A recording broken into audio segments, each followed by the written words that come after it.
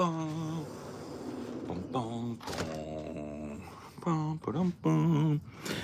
Bum, ba-dum, bum.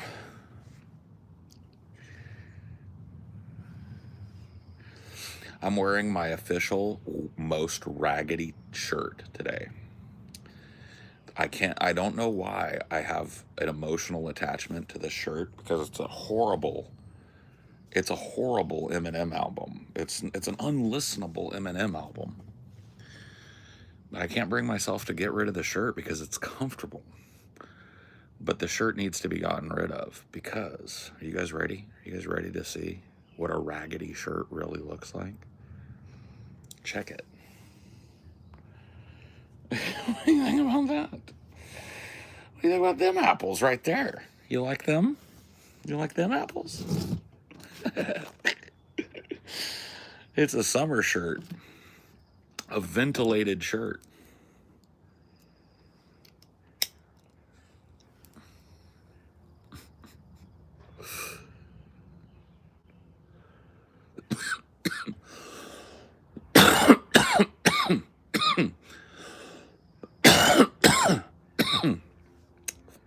Fully ventilated.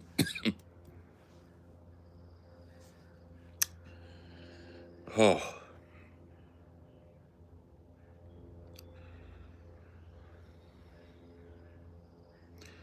Is that a spliff? Pope shit in the woods?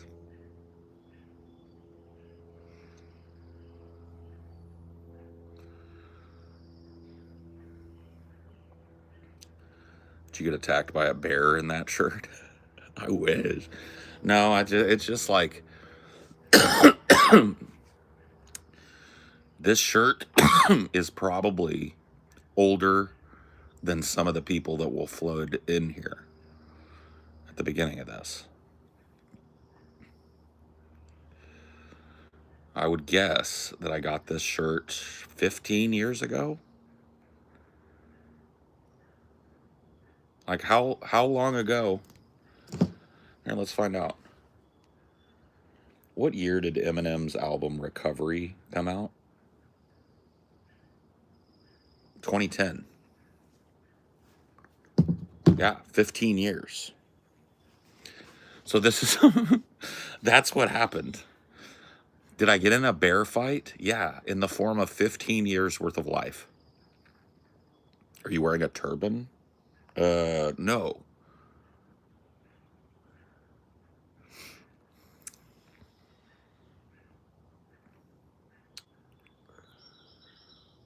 Yeah, it's a beanie.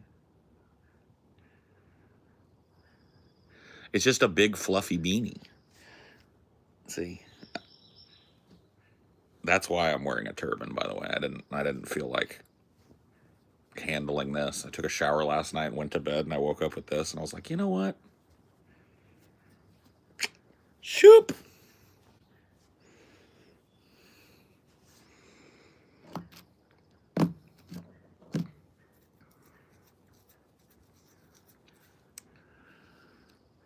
The Ayatollah Paul.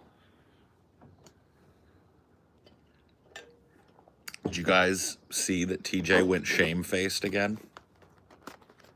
Unbelievable. Did you see TJ went full shameface again? Have you seen it? Have you seen the picture? Because I can show you guys the picture. TJ went shameface again. I'll show you. I'll show you. Nobody believes until they're shown.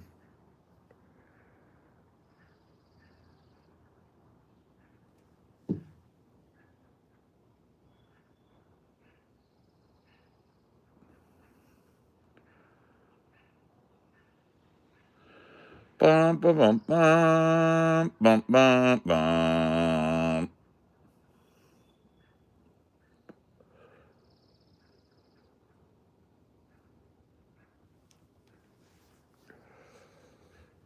He did it.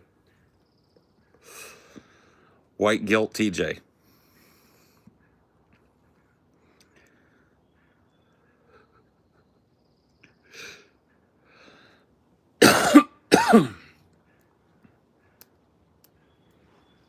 It happened. It happened. It happened, man. It happened.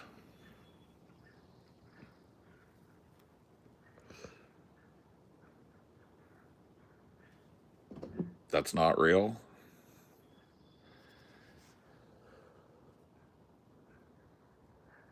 You sure about that, Phoebe? Are you sure about that, Phoebe?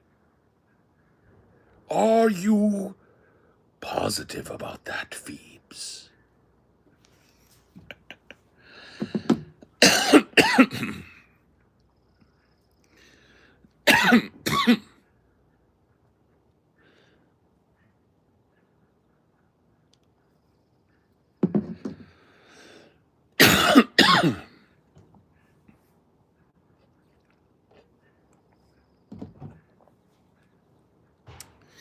Page Boy TJ. Page Boy TJ was pretty awesome, I gotta admit. That is a good TJ look. TJ shaving is a bad omen for society, is it? I don't know, man.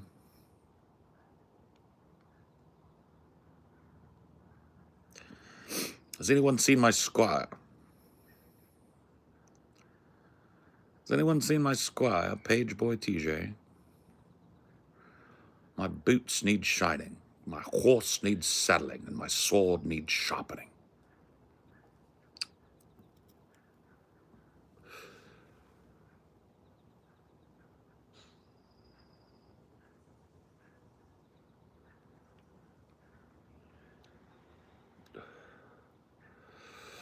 Shine my boots.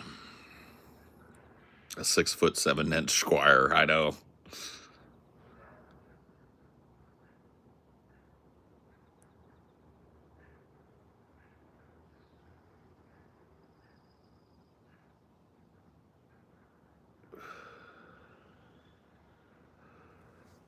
What goes on here?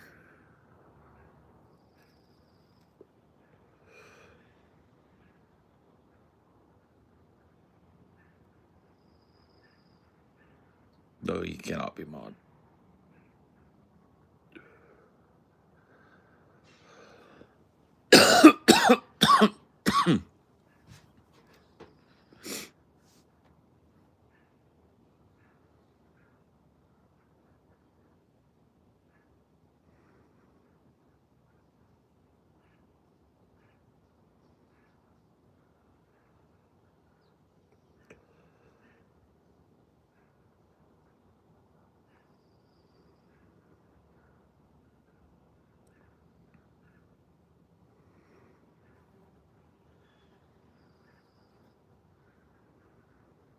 Yes.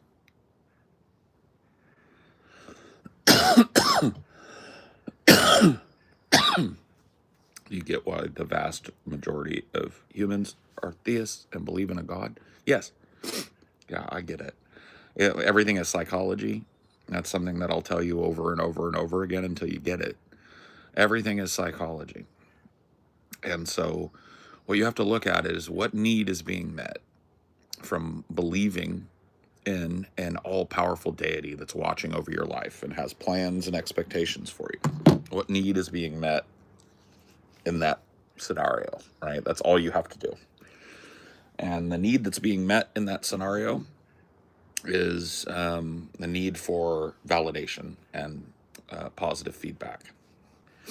So if there is an all-powerful God and he gave you a list of things that you have to do to make him happy, then you can get a facsimile of positive feedback from believing that that God is happy with you when you do X and unhappy with you when you do Y. So it is a, in adults, which you specifically mentioned, it's a parental facsimile.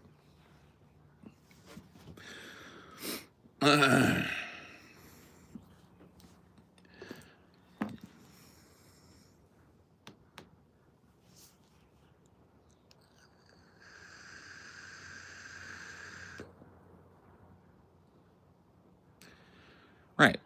Right. The thought of being completely alone, which is what you are, by the way, when you're an adult, right? When you are out on your own and you're responsible for yourself, you are alone, right? It is you that makes sure that everything happens. Now, you got a friend you might be able to lean on, but the idea of a parent, a powerful protector that's going to swoop down and save you, that is a very comforting thought, but it's something that human beings just don't really have, you know?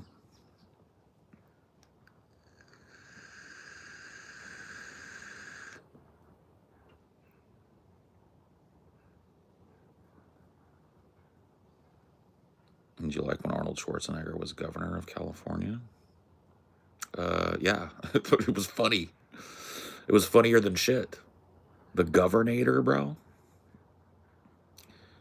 Do I support the LGBTQ? Yes, I'm on that. I'm the B. I'm a B. Hey, what's your favorite type of soup? Soup. Clam chowder. But only from Splash Cafe in Pismo Beach, California. That's the greatest soup in the world. Clam chowder in a bread bowl. Fresh baked sourdough bread bowl.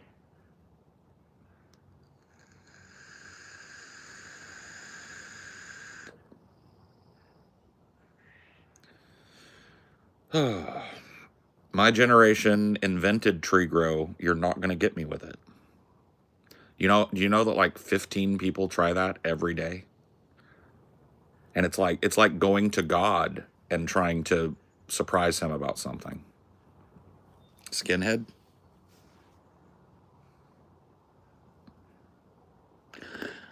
Anything else? People are so fucking presumptuous on the internet, bro. I swear to God. People think they got a person signed up or fucking completely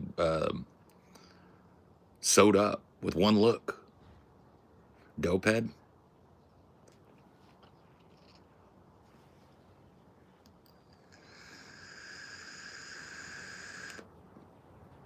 I should do a man bun. I don't have enough hair. I don't have enough hair to do a man bun.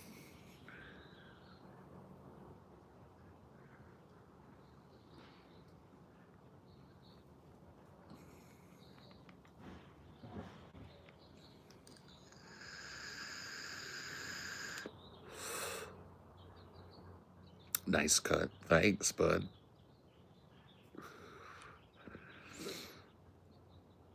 Just joined? Just joined?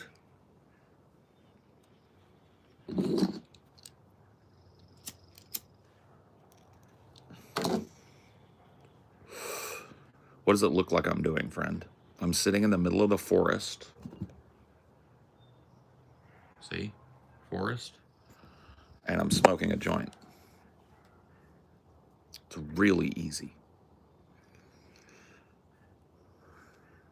What's up, homie?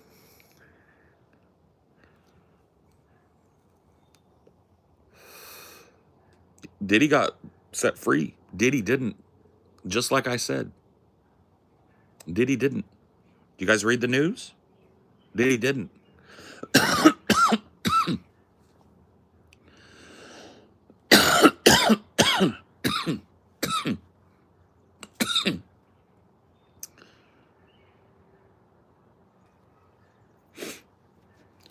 Yeah, Diddy going home. Hashtag Diddy didn't. You guys want to hear the news? I'll give you the news. Sean Combs found guilty on 2 counts, but acquitted on most serious charges. Combs was found guilty of 2 counts of transportation to engage in prostitution, but the jury found him not guilty of the more serious charges of racketeering, conspiracy, and sex trafficking. Federal jury in Manhattan has found Sean Combs, the hip-hop mogul also known as Diddy or Puff Daddy, or P. Diddy, guilty on 2 counts of transportation to engage in prostitution. He was found not guilty of 1 count of racketeering conspiracy and 2 counts of sex trafficking. Diddy didn't. Just like I said. Diddy didn't. You guys remember, I took a bunch of heat when people ask me my question about Diddy or didn't he? Did Diddy or didn't Diddy? Right? And I said Diddy didn't. I said Diddy didn't. And it turns out I was right. Diddy didn't. Diddy going home. Diddy going home. Diddy going to be sleeping in his bed tonight.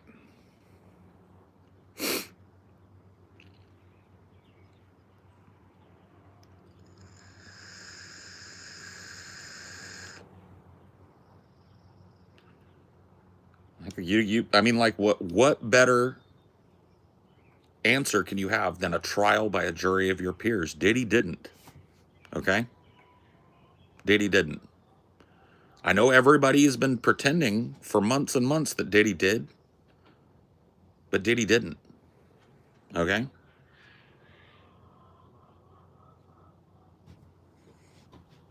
It's just the way it goes.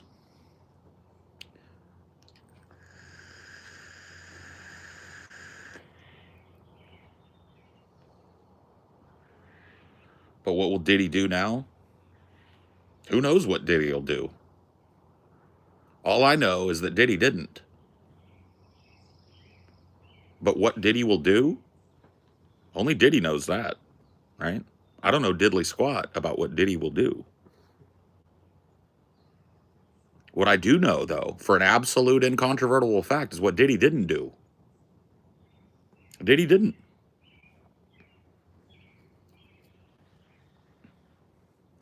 Yeah, he probably will throw a giant freak off. I would.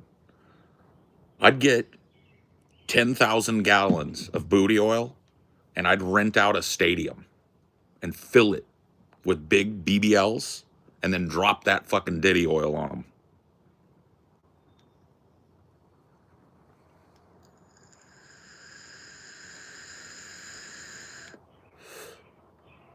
Can you break wind at will? No, unfortunately. I do toot. It happens.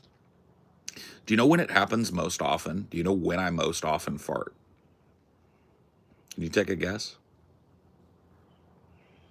Happens most often when, and this I think is an old man thing. I learned it from my dad.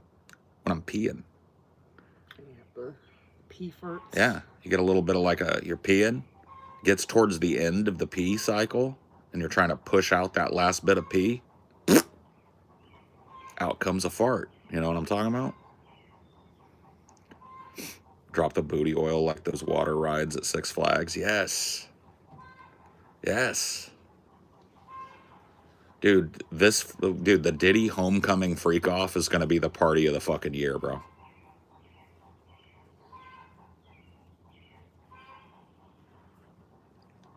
No.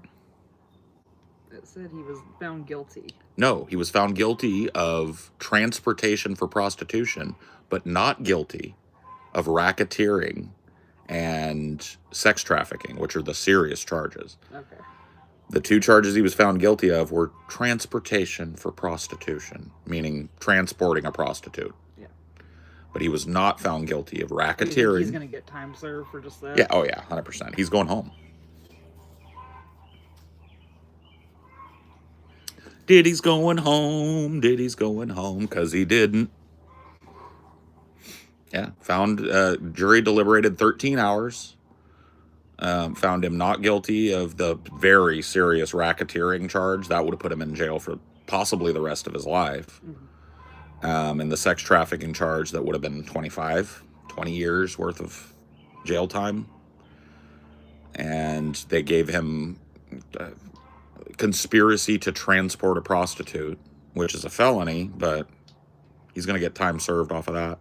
Maybe house arrest for a couple of months.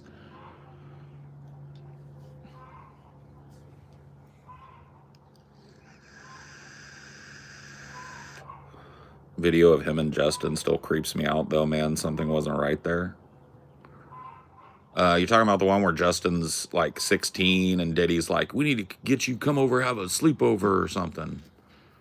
Like, I don't know, man. Like, if Diddy did it, then yeah, it looks a little weird, right? wild that he got acquitted? I don't think it's all that wild at all. The internet is not a place to go to figure out like the shape of things, right? So the fact that the internet basically convicted Diddy as soon as they heard the rumor that he got picked up for something, right? The truth of the matter is that those are like racketeering has a super, super high bar because it's a really, really, really high crime. And so the chances of him getting racketeering charges were probably already pretty, or getting convicted on racketeering was pretty low, probably. It's a super, super, super high bar.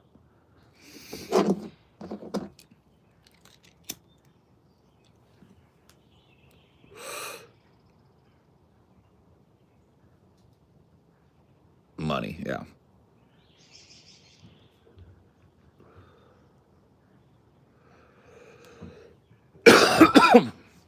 What rumors? Do you know what rumors were? I'm not trying to defend Diddy here. I'm just telling you guys what happened. But do you know what rumors were prevalent pre-internet about Diddy? That he was a gay guy. Does it matter? Is that a crime? Is it a crime if Diddy blasted booty? Is it a crime? I don't think it is, right? So it's not like those. That's what the rumors started with. Was that Diddy was a gay dude? Diddy had homosexual relationships.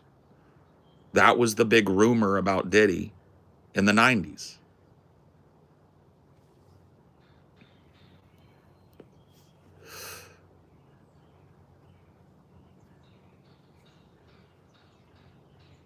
That's what I'm saying.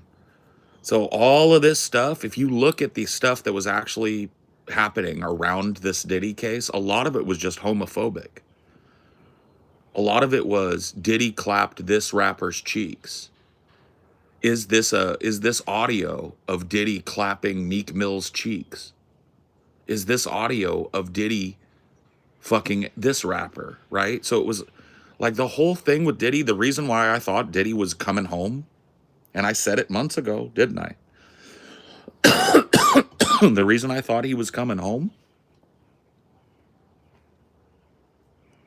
was because a lot of the charges, a lot of the scuttlebutt that was being passed around was just straight out homophobia.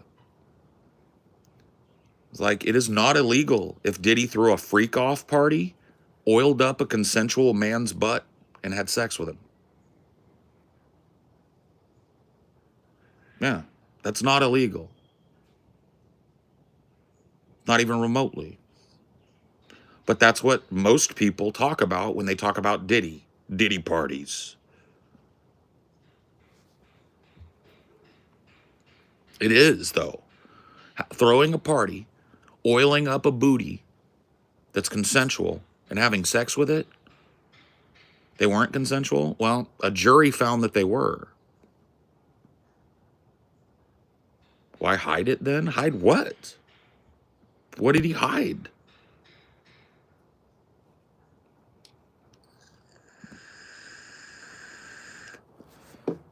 A jury literally found Diddy not guilty of racketeering and sex trafficking. He's coming home.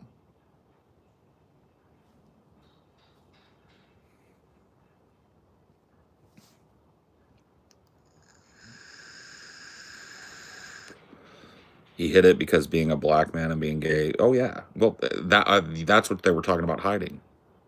Hiding that he was gay in the 90s?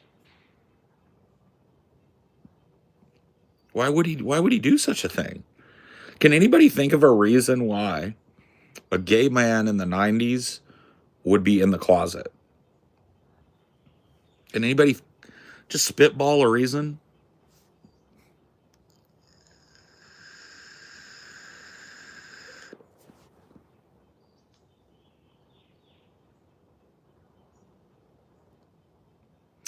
That's a good one, Phoebes.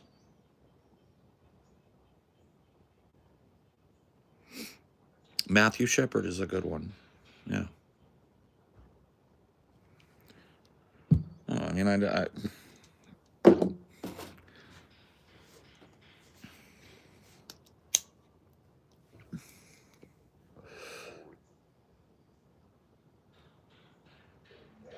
The 90s were so accepting, especially in the community. Yeah. The 90s were it was a great time to be gay. Yeah.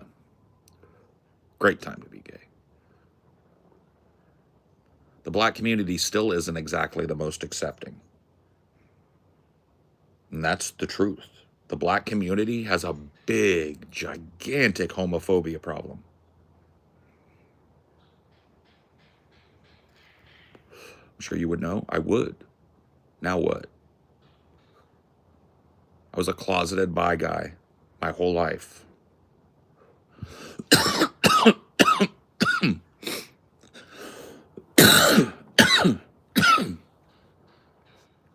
Yes. Yes. I came out at 35. I didn't come out till I was 35 years old because largely I was ashamed of what I felt, what I was attracted to, because I was raised to be ashamed of that.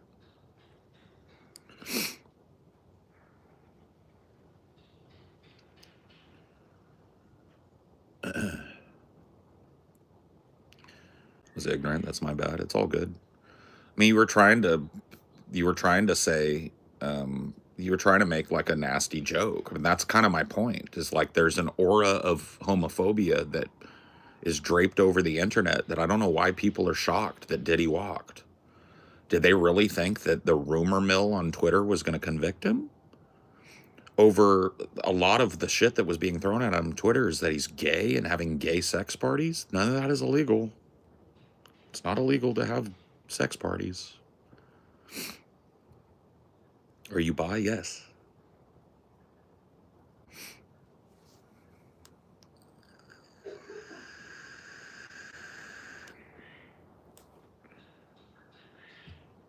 Yeah. Yeah. I mean, I feel like you wanted to come in and insinuate a guy that you thought was straight was gay.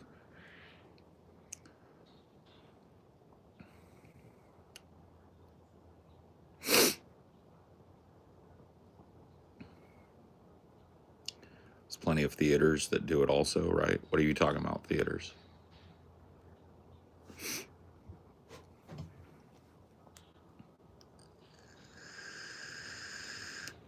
Dude, neither. You can miss me with both of those fast food options. The Whopper is probably the most disgusting fast food hamburger that you can waste your money on in America. Good to see you. And the McChicken is not much better. Hope all is well. Yeah, that's all right, but theaters as in swingers clubs? Oh. Yeah, whatever. The 80s, it was okay to be beautiful for men, regardless if you gay or not. Matter of fact, the word gay or the community phobia about it wasn't there. Everyone was just being who they are freely. Boy, man, I wish any of that was true. If any of that was true, what a beautiful world we'd live in.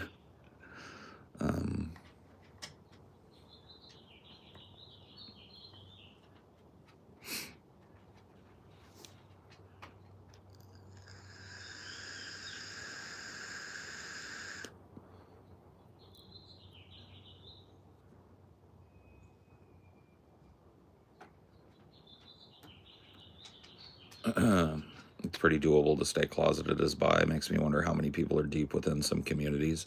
Well, that is one part about being bi, is like I'm not exclusively attracted to men.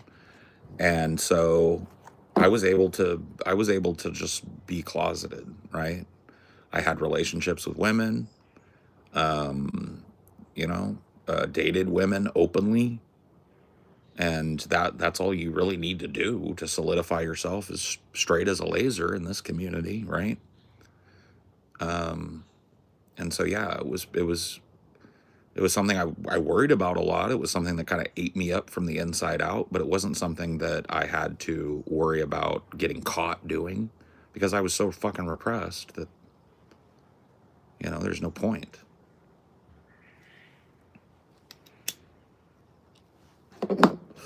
It's talking about racism, a taboo subject. Depends on the timbre of the conversation, right?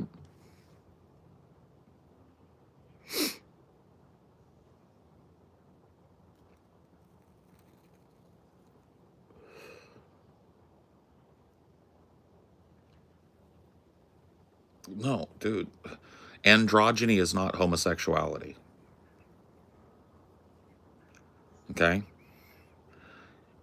George Washington, the first president of the United States, was inaugurated in a beautiful bright pink suit and high heels and a powdered wig. Gender norms and sexuality are not the same thing. I wish that they were.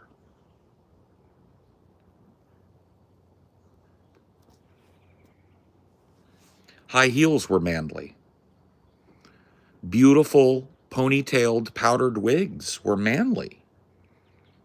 Tights were manly. Yeah. Just because dudes in the 80s got poofy hair doesn't mean that gay people were accepted in the 80s. Yeah. Well, he had slave teeth and donkey teeth, mostly.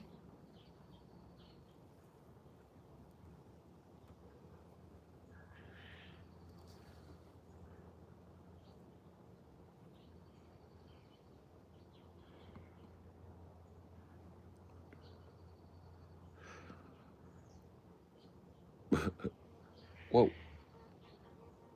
Don't buzz me.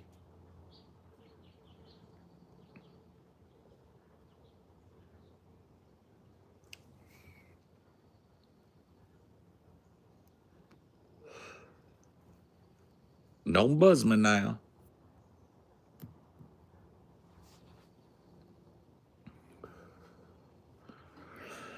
San Antone, San Antone, where my heart roams, San Antone.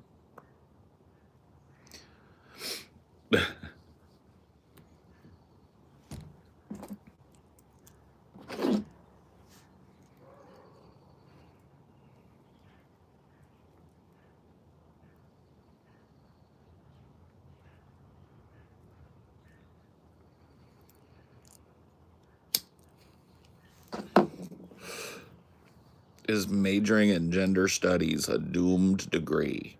If you have no plan to apply that education, then yeah, any degree is doomed, right? Like a degree is a degree. How you apply that degree, what your plans are with that degree, what further education you get beyond that initial degree is what dictates your job selection market, right?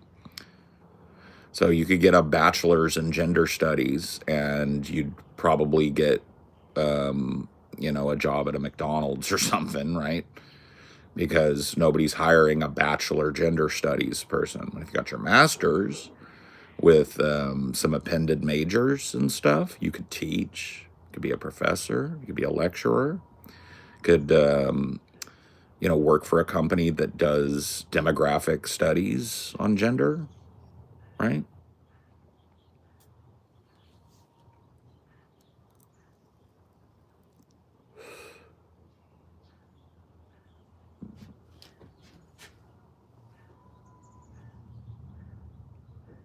It's kind of a pointless degree. I agree. If you're going to get a bachelor's in gender studies, it's a pointless degree.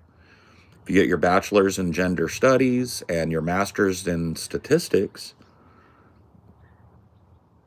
right?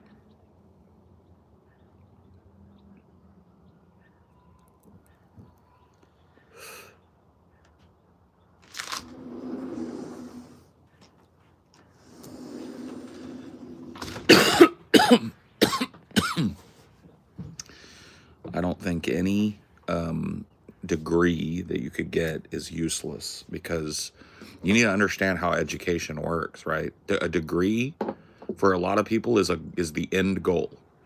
But what a degree is in academia is foundational, right? It is a foundation for further academia. So if you get a bachelor's degree, a lot of people are just done there. But in academia, a bachelor's degree is like you're a freshman, right? Yeah, you got a degree, you've proven that you know the basics, but you've got no specialization. And you can go all the way up to doctorate, right? In terms of your specialty in any one topic, right? So talking about getting a gender studies degree at a bachelor level, yeah, that's a pretty worthless degree if that's all you plan to do. Well, Right? even if it is, like, there's different employment rates for different majors, and like philosophy, people that get bachelors in philosophy end up having a lower unemployment rate than people with bachelors in computer science. Right. Because you don't have to get a job in your field of study. Well, You can because use that it as- broadens. It's yeah. a jumping off. That's why I said, you Yeah. know, in academia, Well, bachelor's is not seen as just in foundational. academia, is what I'm saying. Well, yeah, Like, outside of just it, in the job in the market, job market. just having a bachelor's period is enough for a lot of jobs to. They have a higher lower on the list. jobless rate than people without bachelor's degrees, is what Yeah. you're saying, despite and, major. And even with majors, like people with philosophy bachelors have lower unemployment rates than people with bachelors in computer science. Interesting. Yeah, that's really interesting. I didn't know that, but it underscores what I'm talking about, right? Because people, it's the bachelor's itself. Like, employers don't always care what the degree is in. Right. Unless it's like a very specific field or something. Right. Like, you have to have a medical degree to be a doctor. Of course. Of course. But yeah, no. There's a lot of misunderstanding of school and degrees and schooling. And it leads to a lot of like memes, right? So a lot of people will meme about the philosophy bachelors or the gender studies bachelors. Yeah, in terms of the arts, the philosophy bachelor's is one of the lowest unemployment rates. Well, the reason for that is philosophy is foundational to every single other subject. Mm-hmm. It's a multidisciplinary thing to major in, because the output of it and the learning that you do when you learn about philosophy, it touches every other magisteria. Like HR is an example of something. Like, a job might be interested in someone with a philosophy degree. Yeah. Right, absolutely. I mean, philosophy degrees can be a jumping off point for a medical degree. A huge part, especially if you go into mental health medicine, of that is philosophical, right? You're dealing with a person's general life philosophy and brain chemistry, and you're helping them interact with those two things. Well, you're also dealing with medical ethics every right. day. Well, yeah, absolutely. The Hippocratic Oath.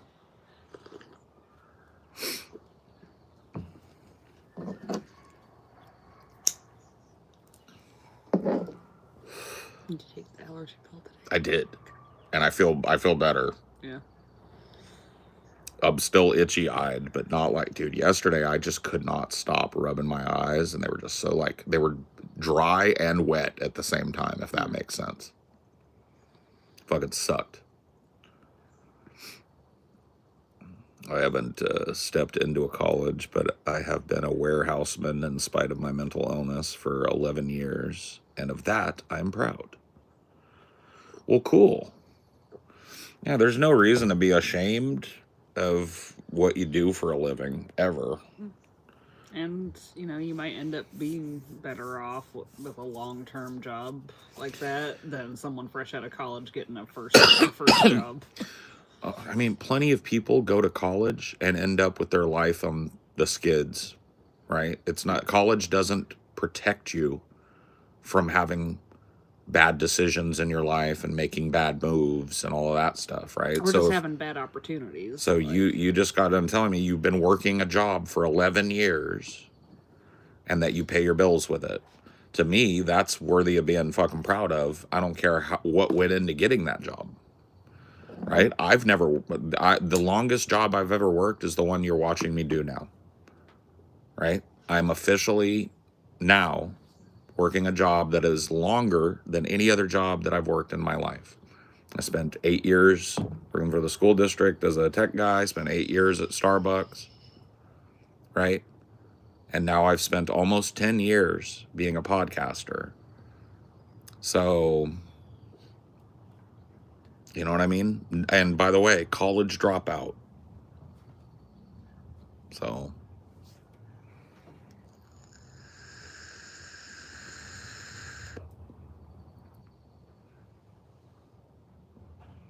multi-time college dropout. If I'm an expert at anything when it comes to academia, it's how to drop out. All right? I know how to do that. I know how to drop out. think the issue maybe some people run into when they get fresh out of college is if they didn't build that work experience before and during. Yeah. Because that matters too, not just the degree. Well, yeah. How, like, because, like, everything matters, right? People make academia at the low level seem simple when it's actually ultra complex, right? Because you're going to school. You're not just trying to get that as close to a 4.0 as you can maintain, right? Because that will help you. But you're trying to network. So if you've got a professor that really fucking interests you, that dude knows people, right? So after class, you go ask the professor, hey, show interest, make a network of people, right? And then it's going to be easier for you to find a job. And don't just go to school. Work in some capacity. Right, yeah. Do an internship in your chosen field. Get some work experience in a non-adjacent field. Because guess what? Any work experience is Any better work than... experience matters in every field. They want to know what you've done because it tells about you. What are you capable of? What are your skills coming into this pre-training? Yeah, because most jobs are not college. So like, kind of don't do much with just a degree, usually. Yeah. It's not what you know, it's who you know. It's both. It's both. That's why it's complex. That's why you can't just go into school, get a bachelor's degree, and get straight C's. Don't even straight A's. Even, yeah, you're right. Even straight A's. A's and a bachelor's, you know, the average employer's not going to ask for your GPA. But it's like if you're getting straight C's, it's going to cut you off from all of those other things. Yeah. It's going to cut you off from the professor taking you seriously and passing your name along to another professor who has a specialty. And what, you know, internships are all closed to you. Nobody wants the C student. Mm-hmm. So it disallows. So if you're going to just go to school, get C's, get a piece of paper, and expect that somebody's going to hire you because you got a piece of paper, you're probably going to be a little disappointed. But if you spent that time not only going to school and getting good grades, but also networking and learning who your professors are and learning about trying to find internships in the job market. Well, not only just your professors, but just your peers, period. Well, yeah, but you know, your professors are like, that is the way that a lot of bright students get their start in esoteric degrees. Mm-hmm. So if you got this great gender studies professor that just blows your fucking mind, that person has been working at that school for 30 years. They know hundreds of people who are adjacent to that degree. Hundreds. And if you get in good with that person, right? But you're absolutely right. You want to pay attention to the people that are in class with you. How many billion-dollar companies started with classmates? Yeah. Or just, like, you know, you're meeting new people that you probably didn't know in high school. Like, you got the school district job based on who you knew. Yeah. Absolutely. So it doesn't even matter if it's like a relevant esoteric job. Just regular jobs, it benefits to know more people. Well, that job is a little bit of an esoteric job. Yeah. Working as a tech support guy at a school district is a little bit specific. Mm-hmm. But yeah, well, I get what you're saying. You didn't go to school for computer science. No, I had no degree going into that. I did on the job training. And the reason I got my foot in the door for an interview was my brother-in-law worked there. Plus your work experience. Plus my work experience, plus all of that, right? Yeah. It's a multifaceted thing. Right.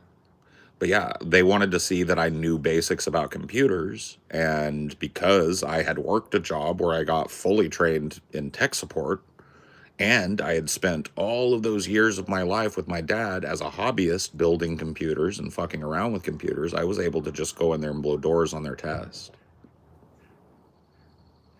So...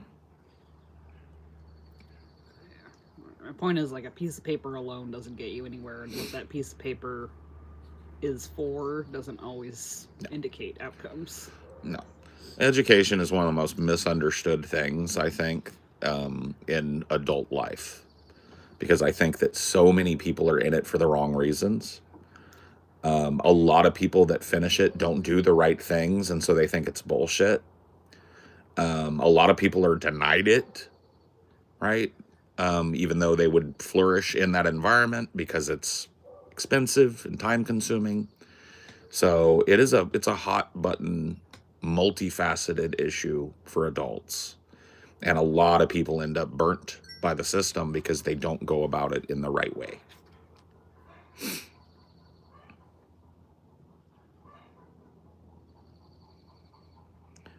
Well, not only 8 years of work experience with Starbucks, but when I interviewed, I was currently still employed gainfully, right? So I didn't quit my job to go interview. I went in there and interviewed while I was still working full time. And that's a good thing to do, period. Right. And then I kept working my other job. I restricted my schedule at Starbucks, and I removed 2 weekdays off of my availability. And those 2 weekdays were my training. I did 6 months of full-time, part-time before they hired me. So I didn't quit my job. I worked too. You know what I mean? That means something to those people, right? I was willing to go through the bullshit.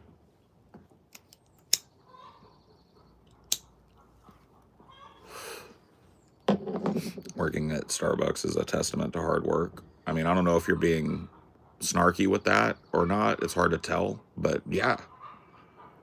Well, like the thing too is like looking at other jobs while you're working.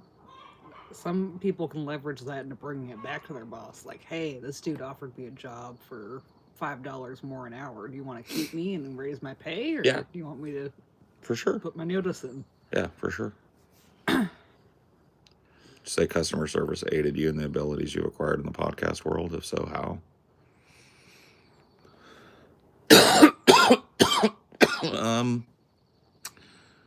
It's interesting. It's an interesting question. I've never really thought about that.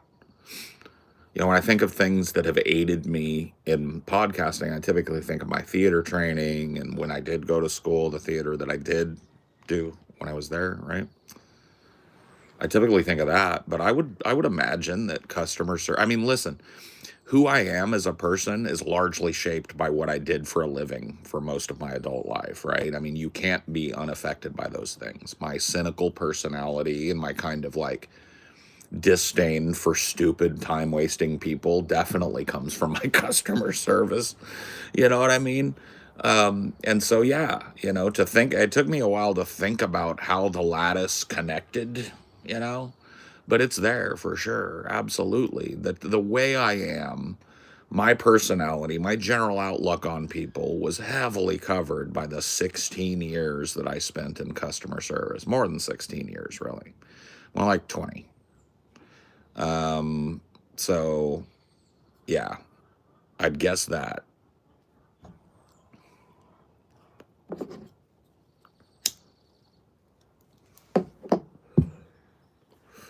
I'd imagine just general social skills help a lot in podcasting too. It depends though. I had good social skills going in. Like I was always a sociable person. I always was great in social settings.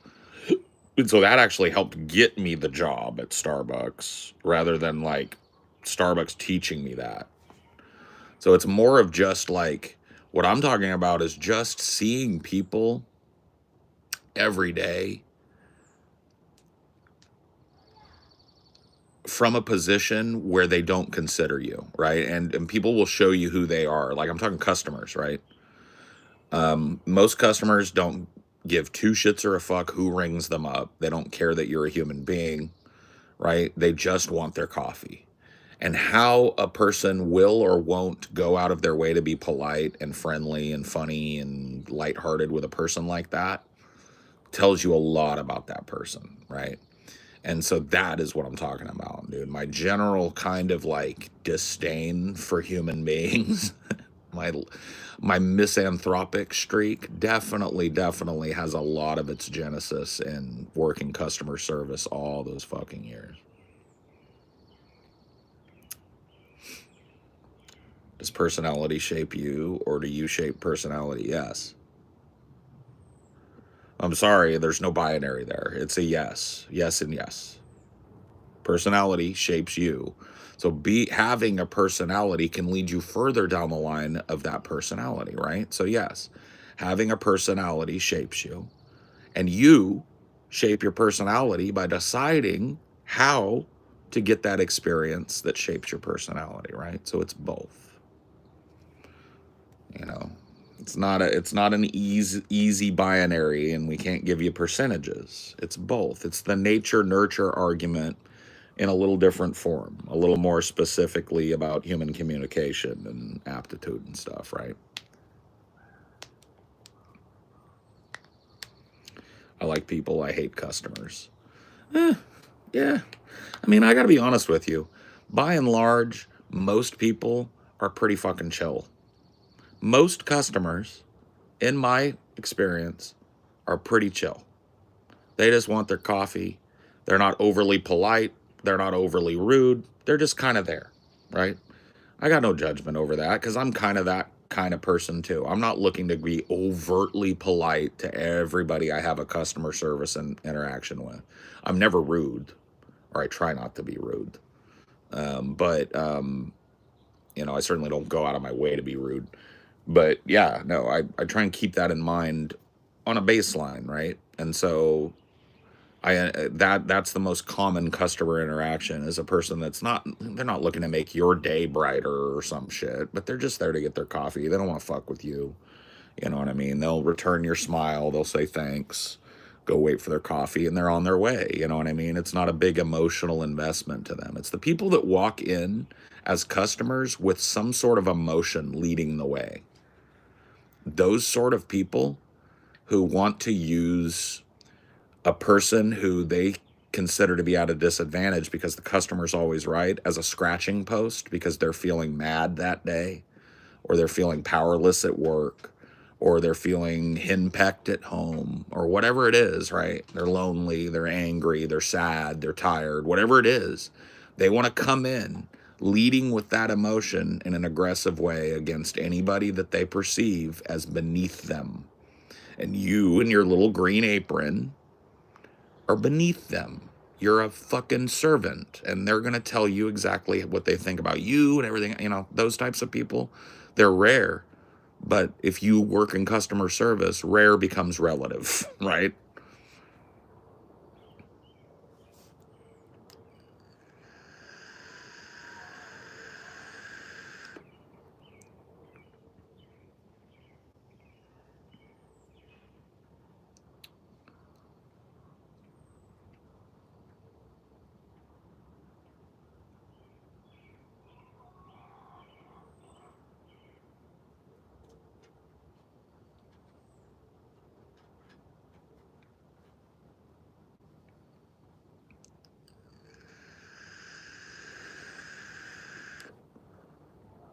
Use the gray rock method. Oh yeah, yeah. No, I know how to shut down a customer's spicy bullshit. I learned a long ago, long ago. You don't meet them with the same angst that they meet you with. You give them the, okay, fair enough. Yes, sir. All right, got it.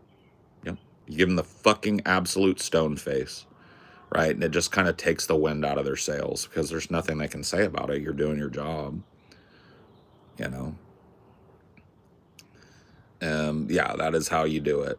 I was kind of known as a confrontational supervisor at that at Starbucks because I did the stone face to a point, but as soon as it crossed over into verbal abuse, I just I gave the person two choices.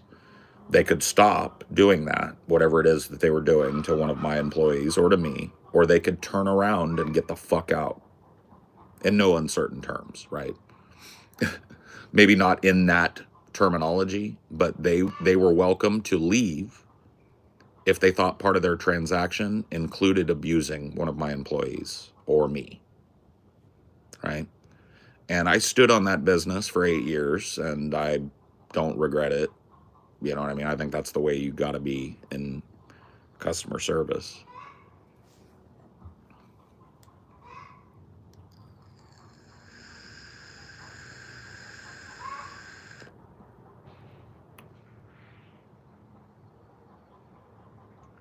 I think being overly kind to rude customers could work. No, because a lot of the people that are rude, that's what they're looking for. They're looking for you to double over and lick their shoe because they're about to buy a $1.65 tall cup of coffee, right? That's what they need. That's what a lot of them want. They want subjugation, right? So no, being overly kind with a really mad, angry, emotionally compromised person is not usually the way to go. Typically, those people need to be passively confronted with their own shit, right? So the stone face maneuver works, where you give them robot, or if they're continuously abusive, you give them the option. And I usually loved doing it because everybody in the store would stop because they'd hear this. And I would say it very clearly. We don't sell scratching posts here for verbal abuse. So I'm going to give you an option. You can clean that up and get your coffee, or you can leave. The whole fucking line of people would be. So now they look like a jackass in front of everybody if they escalate. 9 times out of 10 or more, I'd say 9.9 times out of 10, that's all it took.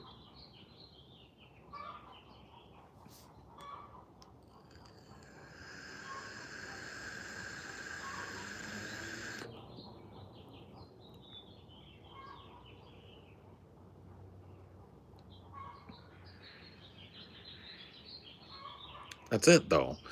And I'm not claiming I busted that out all the time, because most of the time people are just shitty, but they're not going to be consistently all like shitty, talking down to you. They'll say one little off-color thing and then they're done, right?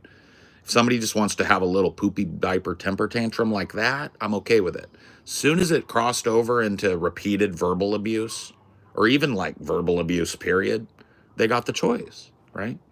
And it wasn't everybody that did it, but I was always a good choice because I'm big. I'm big, tall. I've got a deep voice that carries all the way across a room and back. And when you get dressed down by that in front of a bunch of people, you've got an option. Argue with that big, loud motherfucker over there, or put your head down and grab your latte and get the fuck out. And I don't even have to say it. Argue with that big, loud guy over there in front of an audience, or shut up and take your latte and get in your fucking car and drive. And I don't even have to say it to you. That's why it works.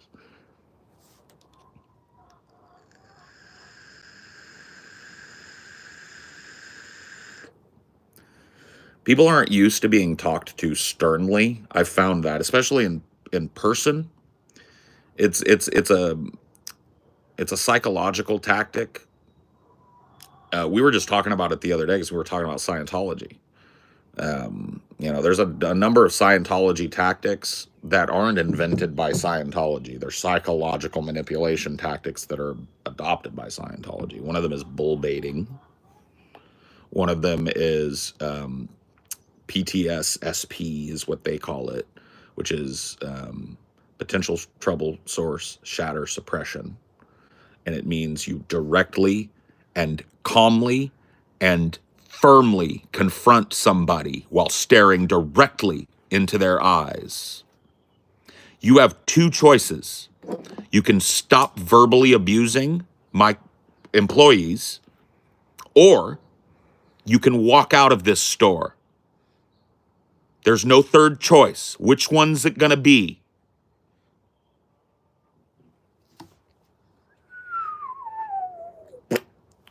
You watch an ego shrink real motherfucking quick. So it's like a superpower. Oh, like Tom Cruise shut someone down. Yeah, no, that's PTSSP. Yeah, PTSSP.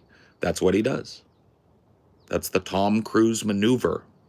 And it's not a Scientology maneuver. It's a psychological maneuver.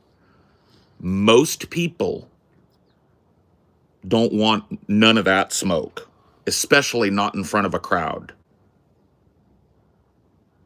Yeah, and he did it, in his case, in an interview. Yeah, in front of millions.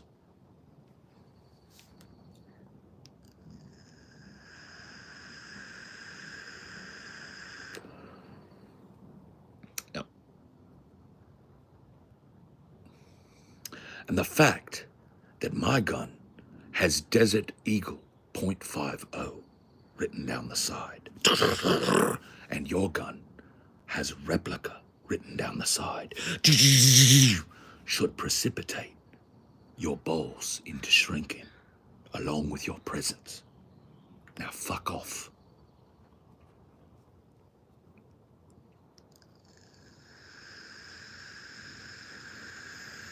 Do you think there's a shortage of people that know how to be assertive? Yes. Yes. 100%. Well, assertiveness requires a certain amount of self-confidence. And there are a lot of people that overuse assertiveness. They think assertive is the key to the world, right? So it's not, you don't always, assertiveness is used judiciously, right? I don't yell at people or treat people like that unless I have to, right? That's it, right? There are routes where you get more flies with honey. Absolutely. Absolutely. Well, there was a dude, I've told this story a bunch, but it's relevant since we're talking Starbucks. There was a dude named Irwin, and he was a nightmare customer. Never happy with his drink. He had one of those like 15 different things that he wanted tweaked on his drink. Never happy with it. Always mad. Always want it remade. Always wanted it remade. It was like a meme in the store. He was a nightmare customer. And I had just come to this store and just had a run-in with Irwin, and some of the people that had been there were talking about him. And I told him, I said straight up, I was like, I'm going to turn Irwin into a good customer. You guys watch. And they were like, whatever, bro. And so I just started honey with Irwin because he was a little old man, bro. He was a little old man. So when Irwin would come in, I'd make sure I was on bar, and I would make his drink perfect, and I would give it to him, and he'd send it back to me, and I wouldn't give him no lip or no pushback. I'd say, oh, I'm sorry about that, Irwin. Let me take care of that for you and get it remade. And I'd do it, and I'd give it to him, and I did that for about a month, 2, 3, right? And then I noticed that Irwin, instead of grabbing his drink and going on, he started sitting outside on the patio. And so I was like, that's new. You know, Irwin was typically, dude, give me my shit, storm out. Now he's sitting. So he's reading a newspaper out there. All of the tables were filled, and I like to go out there and smoke. Usually, if that was the case, I'd just go to my car. But I saw Irwin sitting at a table by himself, empty chair. I had my newspaper, and I asked him, you know, I said, sorry to bug you, Irwin. You mind if I join you here at the table and have a smoke and read my paper? And he looked down at me over the paper and considered it for a second. He said, you can sit down. And he went back and reading. I didn't say another word to him. I read my paper with him. Got up, folded it up, went back in when my break was over, right? I started doing that. Even when there was other places to sit, and Irwin started talking to me about the news because he saw I was reading the paper too. Then he started telling me jokes. Turns out Irwin was a Korean War vet. Irwin saw Bob Hope on the USO tour, and he was a huge Bob Hope fan, and he loved that goofy Bob Hope humor. And I kind of like that humor too. I mean, it's not my favorite, but I would, because it was Irwin telling the joke, so it was fucking hilarious. So I started laughing. So he started printing out jokes. He would go home to his computer, and he would print out jokes and bring them to me. Oh, I thought of you, man. I got this joke here, blah, blah, blah, blah, blah, right? And then he started doing it to other people. Oh, I thought I read this joke. I thought it would make you laugh. It was like night and day. Two different men, right? Irwin before, a little bit of kindness, and Irwin after a little bit of kindness. Turns out Irwin was estranged from his family. He had sons that lived all the way across the country from him. Didn't call him much. Very lonesome dude. And, for months and months and months, Irwin was everybody's favorite fucking thing. He was just a nice little old man. We adopted him as a store. He was there all the goddamn time. He stopped showing up one day. And about a week after that, I saw his obituary in the paper, and we made, what do they call those? A light box? We put a mug in it. We put a picture of Irwin with all of us. Yeah. We put a bag of his favorite coffee, and it was like this display thing. Mm. And we found out through his name who one of his sons was, and we sent it to him so that, he would know that, like, Irwin had a little family before he passed. Did he hear anything back from the son? Nope. No. But, that's an example of somebody I could have just did what I was talking about. A fuck you, old man, basically, in no uncertain terms. But I didn't. Right? And so it's not always the right thing to do.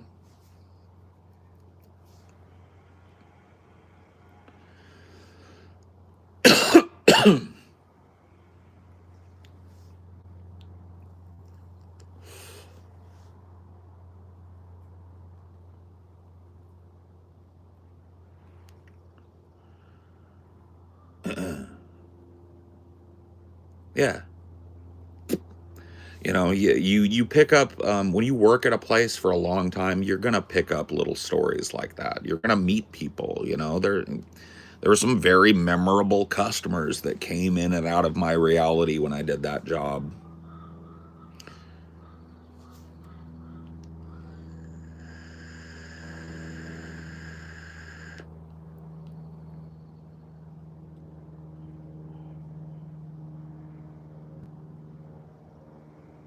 Shadow box. Is that what they call those? I can't remember. Just like a little diorama that you hang on your wall. Oh.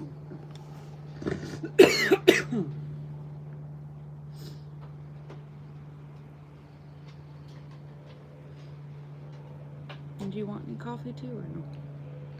I'll do a cup of coffee. Yeah. I ain't had a cup of coffee in a couple of days. I feel like I could coffee it.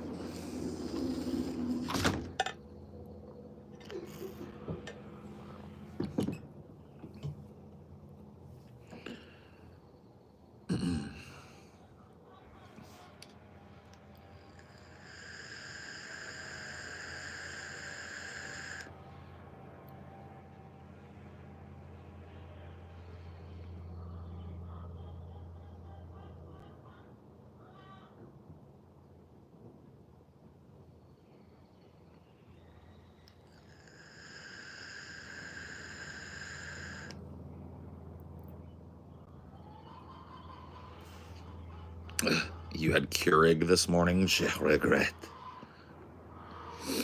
Je regrette.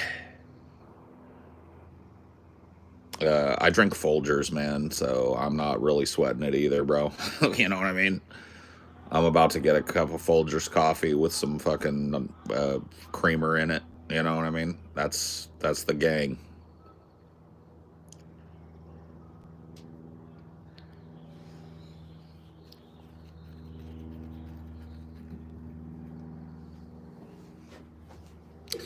The best part of waking up.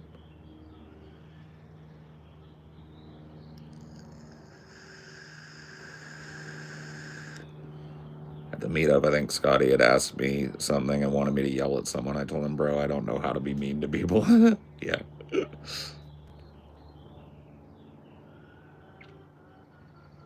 Chicken. Chickens.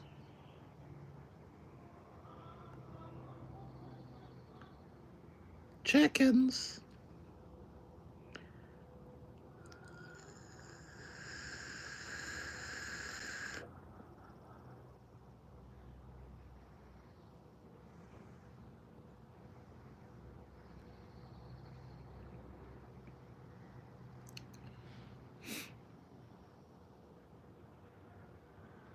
Just reminded of third places, etc. A friend of mine's cousin told me how she met her new husband of a month. They met at a local club. He was in a band. He messenger a few months later. Yeah, third places, yeah. Well, that was a big deal when I got hired at Starbucks. I got hired at Starbucks in the year 2000. Actually, my hire date was January 1, 2000. So I got hired on New Year's Day of the year 2000. And that was the big thing at that point with Starbucks was the third place. So the third place is a place that isn't home and it isn't work. It's a place you can go to kick your feet up and socialize and chill and read the paper and those type. By the way, there's been a collapse of those types of places in the United States. Third places where you can just go and hang out. Your options are fewer now than they have been at any point in recent history. COVID closed so many little privately owned third places, and they were already disappearing. Retail was already disappearing prior to COVID. So yeah, it's a big problem now. You know, people don't have places they can go to congregate. Starbucks definitely ain't that anymore. You walk into a Starbucks and it's stress is what the environment is. They're playing high-end jazz and every table is filled and there's a line out the door. And they're playing fucking experimental jazz. It is not a chill place anymore. It is a place you don't want to be, right? So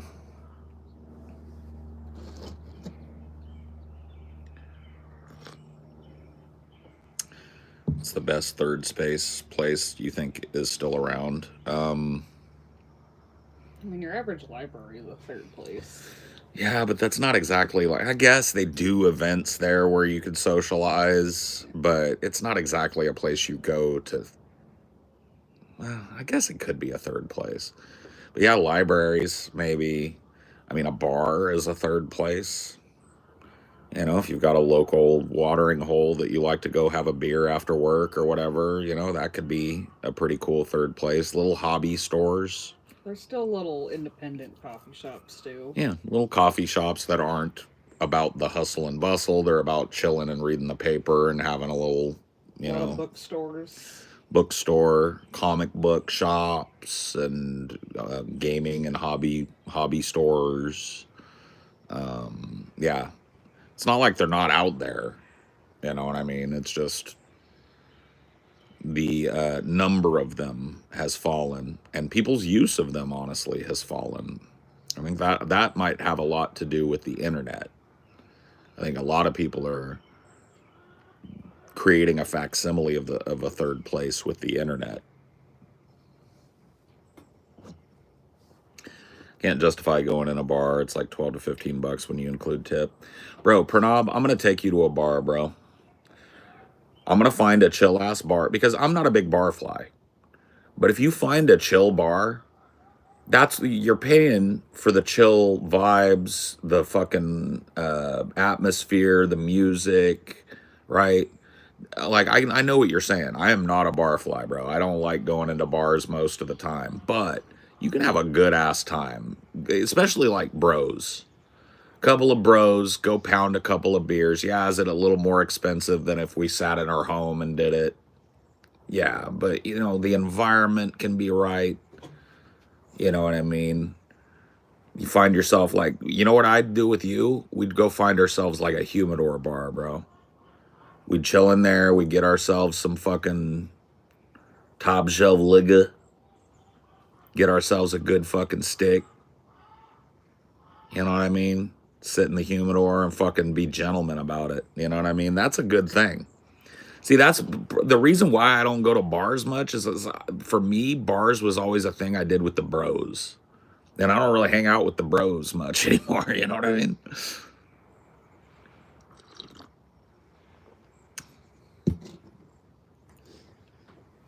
I think you'd be up for a beer on Halloween night when I get to New Jersey before the meetup. Maybe. Yeah, we still haven't really planned when we're coming in yet. We need to do that probably. Yeah. But Yeah, no. We're definitely probably going to be there the day before at least. Yeah. It'll be after a long-ass flight. Yeah, I don't know if we're going to want to do shit. I don't know if I'm going to want to go to a bar after being on the plane all day. And you don't want to pre-game too hard before the meetup No. either. No, it's kind of a rough one. Maybe after the meetup though. Maybe you can come like into New York with us, and we'll find a bar in there somewhere.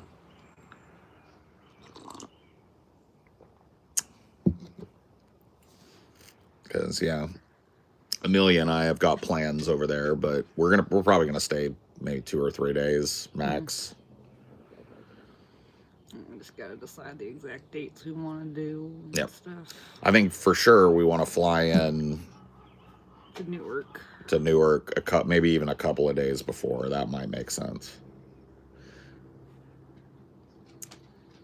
Just thinking about, I don't know if Halloween is a bad day for flying. Have to look at it. If it is, we can show up. We can just change our plans around. We'll show up early, and we'll fly into New York, do all our stuff that we've got planned, and then we'll drive over to Jersey and fly out of Jersey. You know what I mean? We haven't figured it out yet. We haven't figured out what our best bet is yet. So Diddy is free. I know. Diddy's going home. Diddy didn't. I tried to warn people that Diddy didn't. I told people months ago. People told me I was bullshitting. But that's the big news today. Diddy didn't. Diddy got a trial by a jury of his peers and was found guilty of transporting a prostitute, but not sex trafficking and not racketeering, which is going to put Diddy in jail for the rest of his life. Diddy's going home. Diddy's getting time served.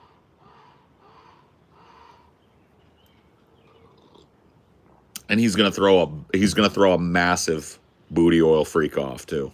And I would too if I was him. Because as much as people like to make fun of it, a booty oil freak off is not illegal. Consenting adults and all of that jazz. So if I was Diddy, bro, I would throw the freak off to end all freak offs. Like I said, I would buy out a football stadium and I'd get 10 million gallons of booty oil and I'd drop it on that football stadium.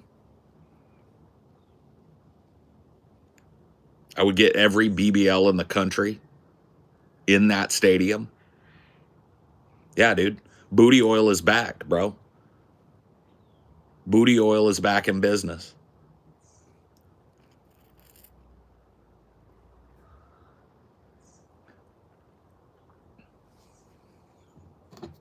Oh, hell yeah. Freak off. It's time. Pay-per-view freak off, yeah. The largest collection of oiled BBLs in the history of humanity. Diddy didn't do it, freak off. The Diddy didn't do it, pay-per-view freak off. $100 gets you access.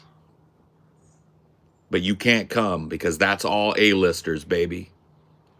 All the people that stood by Diddy, they get the invite. All these people that threw Diddy under the bus,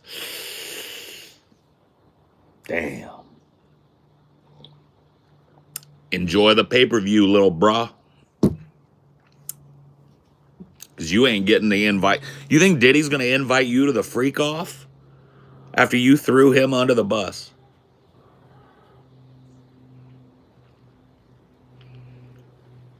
You said Diddy did. The courts say Diddy didn't. There's a lot of people that's going to have to make some apologies. They're going to be knocking on Puffy's door. Do you think, what was it, Netflix or ever did a recent docu-series on it, just kicking themselves for releasing? Oh, bro, if I was Diddy, I'd be firing. I'd be suing. Yeah. I'd be suing Netflix. That fucking docu-series is presented like he did it, and Diddy didn't. There's a whole Netflix series out there that's presented like Diddy did it, but Diddy didn't do it. I'd sue them motherfuckers. Hell yeah. I know, I guess it wasn't Netflix. Netflix has one in production. Oh, well, maybe they'll stop it now. Maybe they'll think twice about Or it. they'll reframe it and re-edit it and stuff, but there's other streaming services that have done shit that he's probably gonna grouse with. Yeah. Dude, man.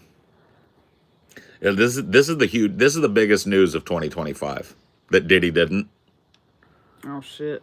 50 Cent was producing that Netflix thing. 50 Cent. Uh-oh. 50 Cent. Dude, 50 Cent. He might go down to 25 cent after Diddy gets done with his ass. 50 Cent. He's going to have to tap into that fucking smart water fortune of his. That drives me nuts, by the way. That is the wildest thing that ever happened in rap. Oh yeah. Curtis Jackson, a.k.a. Fitty, was walking through a store one day. He tells this story. He went into a convenience store and he saw a bottle of water for $1.80.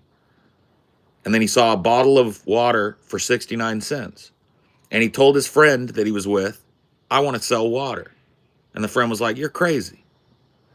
And then he went and created Smart Water and made a fucking $1 billion. Didn't even put his name on it. Didn't even use his celebrity to sell it. I mean, people knew he owned it, but it wasn't like 50 cents Smart or Vitamin Water. Yeah. It started as Formula 50, so he did have his name on it. Well, whatever it is, whatever it started as, now he's a billionaire. Not Smart Water, the other one, Vitamin Water. Same different. All right, one's flavored and one. Right. He sold water. That drives me nuts.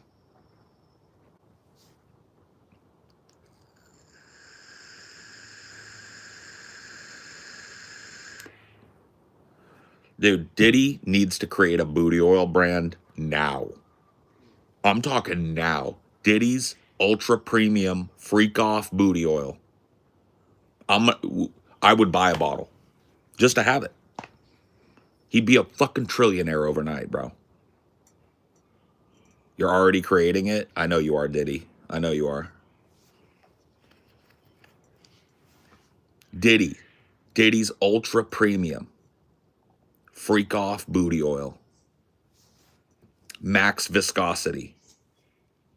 Now partner up with KY. Dude, Diddy's back.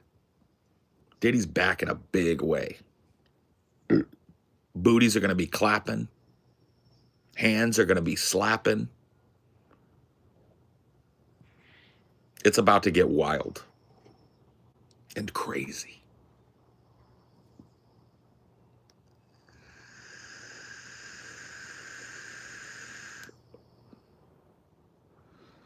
Walmart's missing out, Diddy. Walmart's missing out if they don't offer a SKU of Diddy's premium booty oil. Then they're just missing out, bro. Like they don't want to. They don't want a piece of that pie. Fine. That's what I'm saying. Max viscosity, extra slippery, extra slimy, shiny, and glossy on a booty. That's what you need, bro. You need your own blend of scented booty oils for different moods. You could even do like a hot pepper booty oil that adds a little spice to the booty. They're like, ooh, that tingles. Pah! I'm telling you right now, man, you sitting on $1 billion egg. Booty oil, there has not been a person that has moved the booty oil market in fucking like 50 years, bro. It's a stagnant market. It's literally boring. Johnson & Johnson baby oil is what people be doing.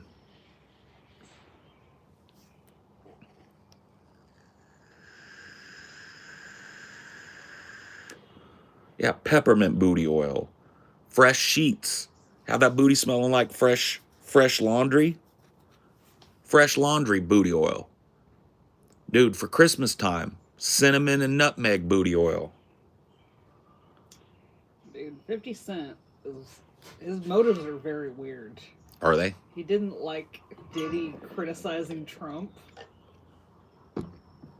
He called out Diddy for criticizing Trump. Okay. Well, I mean, all those rapper guys love Trump, but because like they know they're going to pay less taxes under Trump. Yeah. He's a billionaire, so. And 50 Cent in particular is very business mogul-y lately. Yeah.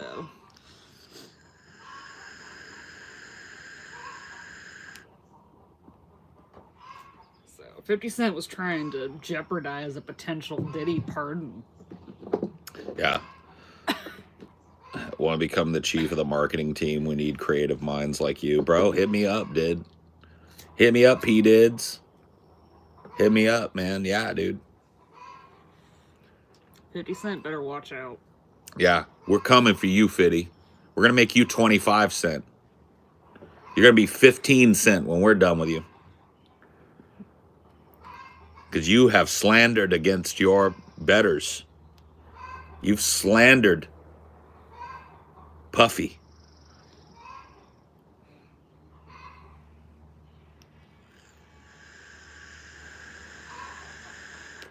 That's the mindset. My mindset is the grind set, Diddy.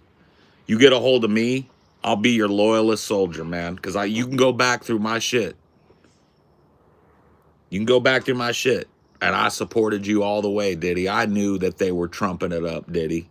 I knew it was bullshit, Diddy. The whole thing was bullshit, Diddy. Look out, Fitty. Here comes Diddy.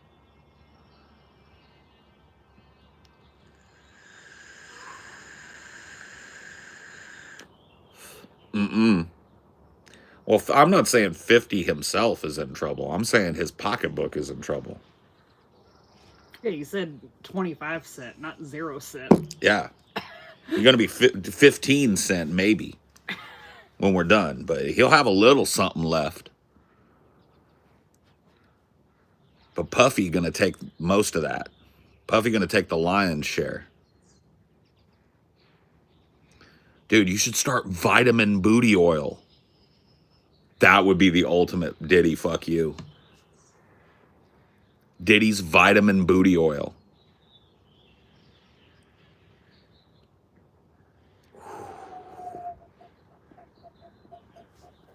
Oh yeah, that would be a unique booty oil. Like one, because like covering your butt in oil, you might get a little acne after. But if you have stuff in the booty oil to counteract that acne, right? You got some vitamin D and minerals and beneficial natural biotics in the booty oil.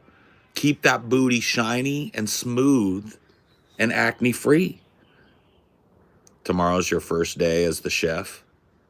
Beautiful, man. Beautiful. Is there a dress code? Because I'm pretty raggedy right now. I don't know. I don't know. Is there a dress code, Diddy? Are you out of shirts? Or are you just no, I just love this shirt. I can't let it go. It's the worst Eminem album. I don't know, man.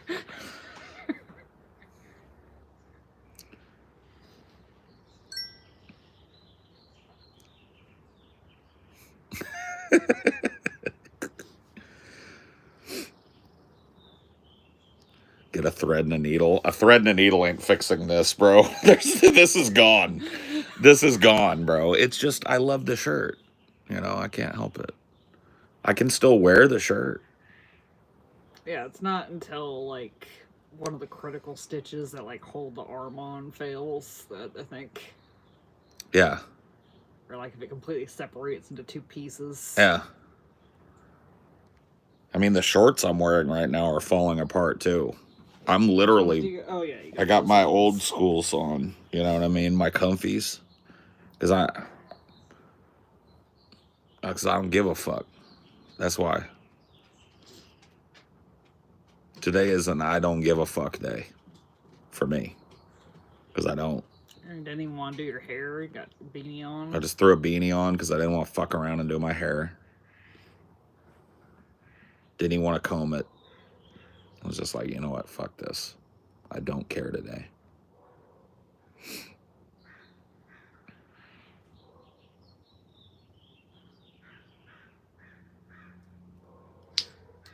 Relapse is not the best album. No. The Slim Shady LP is the best album.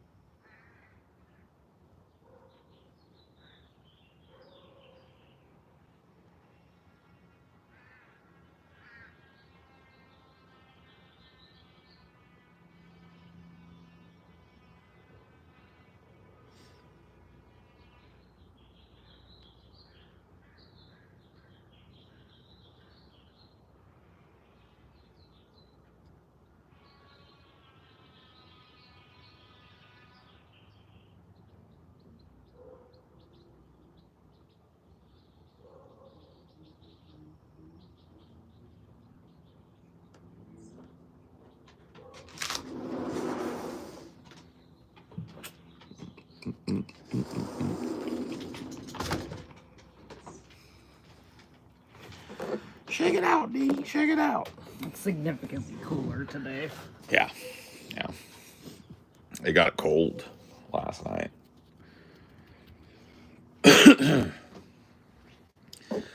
But we'll see.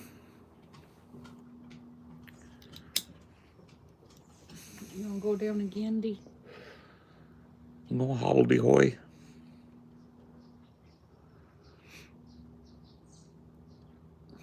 You remember what happened last night? I came to bed, and Dinor chugged water too fast. Oh, and he got the hiccups. He didn't get the hiccups, but like he did the little coughing thing. And Yeah. like get up and like had his bag for him, and you're like, what's going on? I was like, he drank water too fast. I swear, dude, Dinor has water out in multiple places all day. And he will wait until he's literally on E and then chug water. He never will take a sip. You know, he doesn't maintain throughout the day.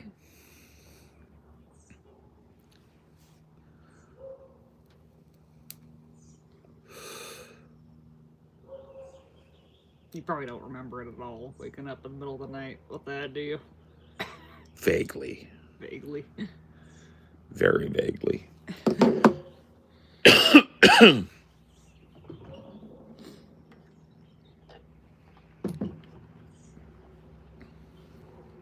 Super vaguely.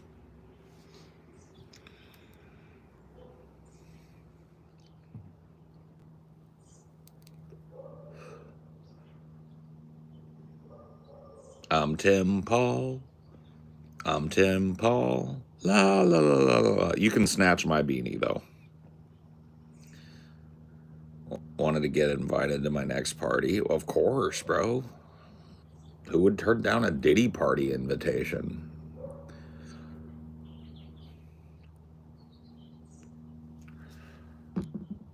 Like, come on, bro. Diddy's back.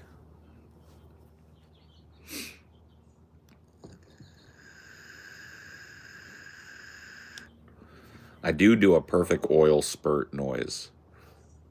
Let me see if I can work one up.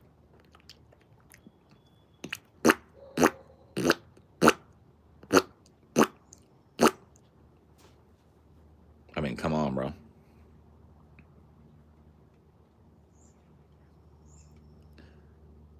You'd think Tim saw a hair specialist with all of his money. Yeah, I mean, why not? If it bothers him to that point. See, I don't think it should bother him. I think he should just shave his head bald and have that be his thing. Wear a hat when he wants. I don't think he should, like, hide the shame of it underneath a beanie. You know what I mean? And he's definitely got the money where he could go get one of those, like, complex hair pieces. Or like really good hair transplant. Yeah, really good transplants. But, like, I've seen, like, barbers putting these hair pieces on dudes now. On the YouTube shorts and stuff. Where it's like, dude is, like, cue ball bald. Mm-hmm. And then, like, they put a fucking piece on him and cut his hair just right. The hair that he does have and blend it together. And it looks like they've got normal-ass fucking hair. Like, he could do that. Oh, that reminds me of that story that your mom told What? about the toupee. Oh, yeah. That's a funny one.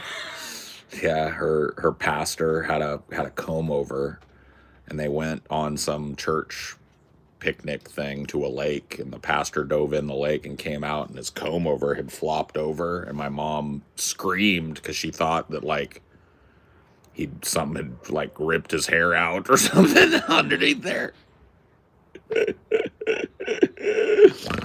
Yeah.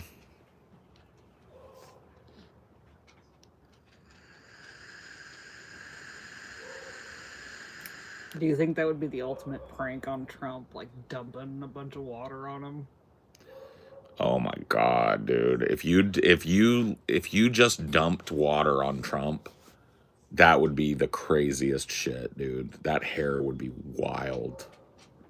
Because you'd get to see for real what's going on up top. And his makeup too.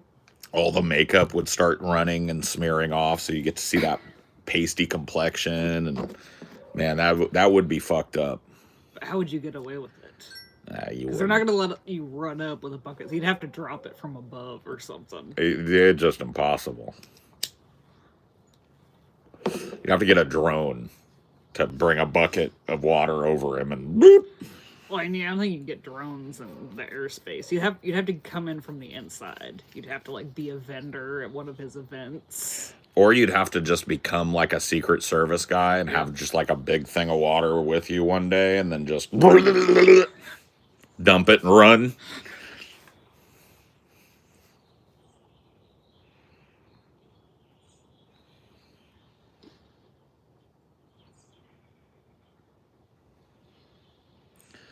A male pattern baldness cure would be $1 trillion industry. You ain't even kidding. I mean, there's various levels of treatment that could be arguably cures. We're talking about a cure, though. We're talking about like a pill you can take that counteracts the hormonal change or the whatever it is that causes that. It is hormonal, right? It's like testosterone. Well, there's like finasteride, but yeah. So if they come up with like some sort of baldness vaccine, where you get your kid a shot when he's little and it makes sure that stuff never develops or whatever the fuck, dude, yeah. I don't know. Like I feel like the stuff they have is probably the closest we're gonna get. I don't think so. I firmly believe that, and maybe it's not like in my lifetime, but the most amazing thing, in my opinion, human beings have done in the last 30 years is getting to the point where we can map and manipulate the human genome. It doesn't get talked about a whole lot, but we know exactly what the human genome is, and we can use certain technologies like CRISPR to edit that human genome. So it is completely possible for us to make a baby, right now. This is not like sci-fi. If there weren't ethical considerations to be had, right? Science could create a child right now, and they could edit its genome to make sure that it doesn't go bald, that it has the best possible vision that it can have, that it can, have a less chance of developing heart disease, cancer. Like, would they know all of these genetic markers? Well, the issue with doing it pre-birth, because there was a successful one post-birth, but the issue with doing it pre-birth is that becomes heritable, like it gets passed on, which you don't want to do. You don't want to pass on immunity to cancer? You don't know how only one copy of that will affect the body. Right. No, I understand that. But there will be a point where that is factored in. Like, there will be a point, China will do it. But we don't know what the effect of that is long term.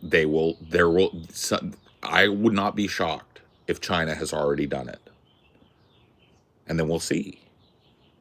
They'll reveal a person who they made 10 years ago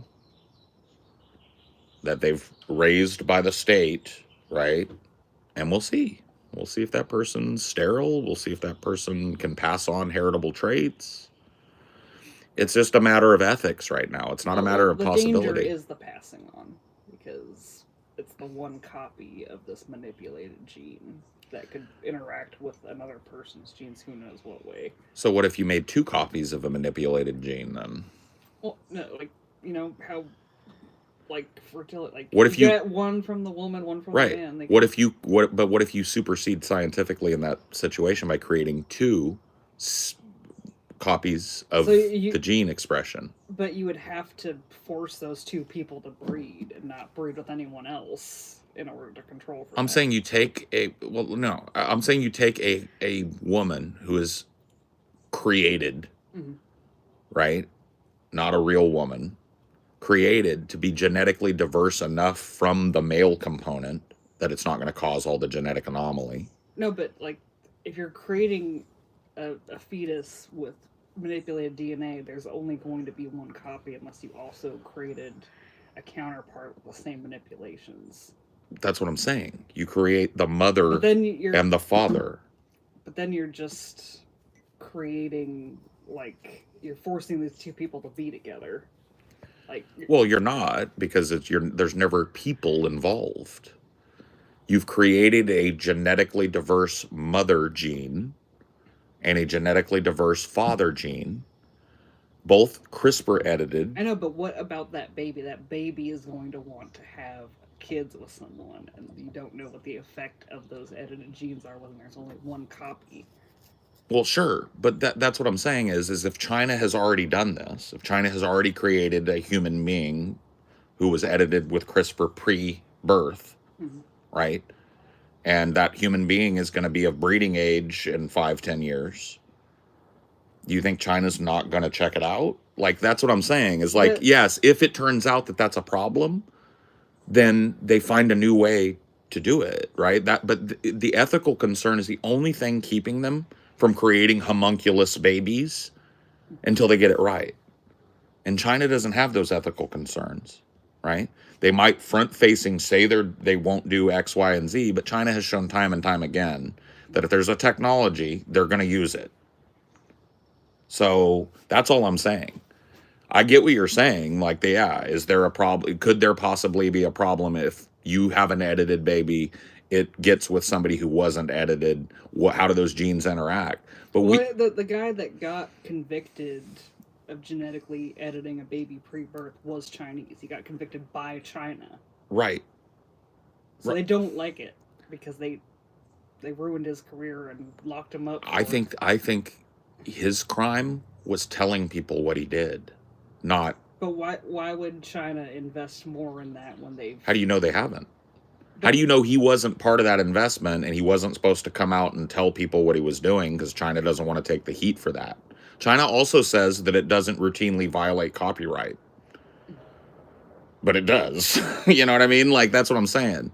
China has a vested interest because the world doesn't approve of using this technology. We, in the Western world, think it is abomination to monkey with, to create a human being. It's possible to do it post-birth. Why would you do it pre-birth and take all those extra risks? Well, because ultimately the idea is not to eliminate it for one person. The idea is to eliminate cancer, insanity, you know what I mean? These types of things for everybody, so that eventually the human race doesn't have to worry about their child getting leukemia or... How do you possibly ensure something like that spreads in a way that doesn't cause more problems? Like, how so? Because, like I said, you create a gene, but if they have a kid, you can't stop them all from having kids the natural way with non-gene edited people. Well, you can. You can. What, by just sterilizing them all? What about a gene expressive sterilization? Huh? So I'm talking about like I think you're thinking, and maybe I'm wrong about this, I think you're thinking kind of small about what the possibilities of gene editing are.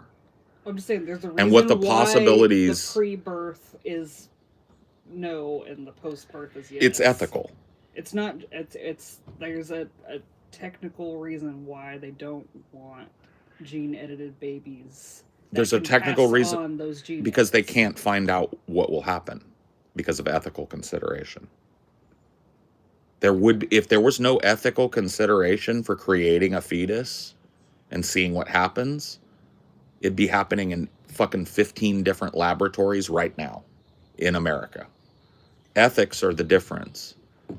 And what I'm saying is ethical considerations change over time. Right now, everybody's, oh my God.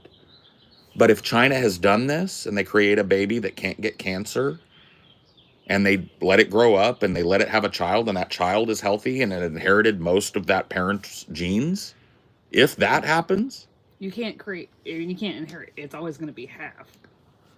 what I'm saying is if it was shown that that kid could pass one of those positive traits along to its offspring and that there was no mutation, no sterile offspring, no crazy mutant factor, if they've shown that they can do it one step, that'll change the world's perception on it. But you'd only be able to have one copy unless you had another gene-edited person.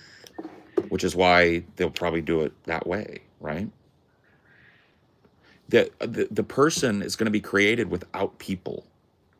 Okay, but then that person exists Yes. and will go and do stuff. Yeah, and when it does, and if that person grows up, right, lives, gets with a person and creates a baby, and that baby is healthy and has inherited some half of the father's or mother's genes, whichever. I mean, the only way to ensure that those would pass on is if they were created in a way that only one copy is necessary. Well, I don't know what the feasibility of that is, but it's a possibility, right? Ethics are the only concern. But the issue with it being able to express itself with only one copy is then you have people with one copy out there, and then they have kids, and then someone has no copies of it. This person, so we're stuck on this one copy. This person, hypothetical person that's going to be created, is going to be created from a genetic mother and father. These people won't exist. I know, but we're their talking genome, about after. Okay, but listen. So genetic mother, genetically diverse from genetic father, completely created, but given genetic diversity. The only thing that they share are the genetic markers for cancer are edited. The genetic markers for baldness are edited. Those two genetic hypotheticals are blended to create a human being. A genetically diverse human being whose parents happen to share heritable genetic markers. So now we've got a person who had a genetic mother, diverse and different from the genetic father, but shared heritable traits. So now we've got a person out there that had a mother and had a father, right? Had two copies that went into making it. And now it's a person that's out there that has these heritable traits. It gets with a woman. Let's say it's a boy that they create. It gets with a woman once it's of age and creates a baby. We look at that baby's genetics. If that baby inherited 50% of the father's genetics, and we see some of those markers against baldness and cancer but in the baby. Just look at one kid. But that's your problem. You're looking at just one. I'm talking about. I'm talking we see about that we can do this. So why would we ever want people creating cancer? What I'm saying is that it sets off a chain of events where this artificial gene expression keeps passing down and could create, like, even if the first kid is okay, that doesn't mean that the wider effects of that kid's kid not causing issues. Like, you'd have to do a massive experiment and close a whole lot of people and force them to breed to figure out if it's dangerous or not. Well, I mean, I think you're kind of like undercutting the possibilities of like quantum computing and AI to simulate these things. Okay, but simulation is not the same as implementation. But simulation is sometimes the only thing you can do prior to implementation. All I'm saying is I do not think that 150 years from now, human beings are going to feel exactly how we feel right now about the human genome being sacrosanct. I think the technology in that 150 years is going to get better at weeding out genetic anomalies. I think But that, it's not just thinking that it's sacrosanct, it's thinking about the implications of it going right, out into the wider world. right. The Which you could ethical only implication. test by doing a massive experiment forcing people to breed. You can, I believe that we are rapidly approaching a part. And in fact, it's been proven, right? Simulations have gotten so good and so considerate of reality that they don't need physical experiments, right? That's how scientists have learned about black holes and gravity and time and how those things interact and stuff. They can't create a universe physically and observe it. They simulate it. And they've gotten so good at simulating it, right? Am I wrong? That they can make inferences about the truth of it. But then you have like quantum physics that complicated all of that. Sure. But I'm just saying, you think, maybe you're right, that human beings are never going to cross that threshold.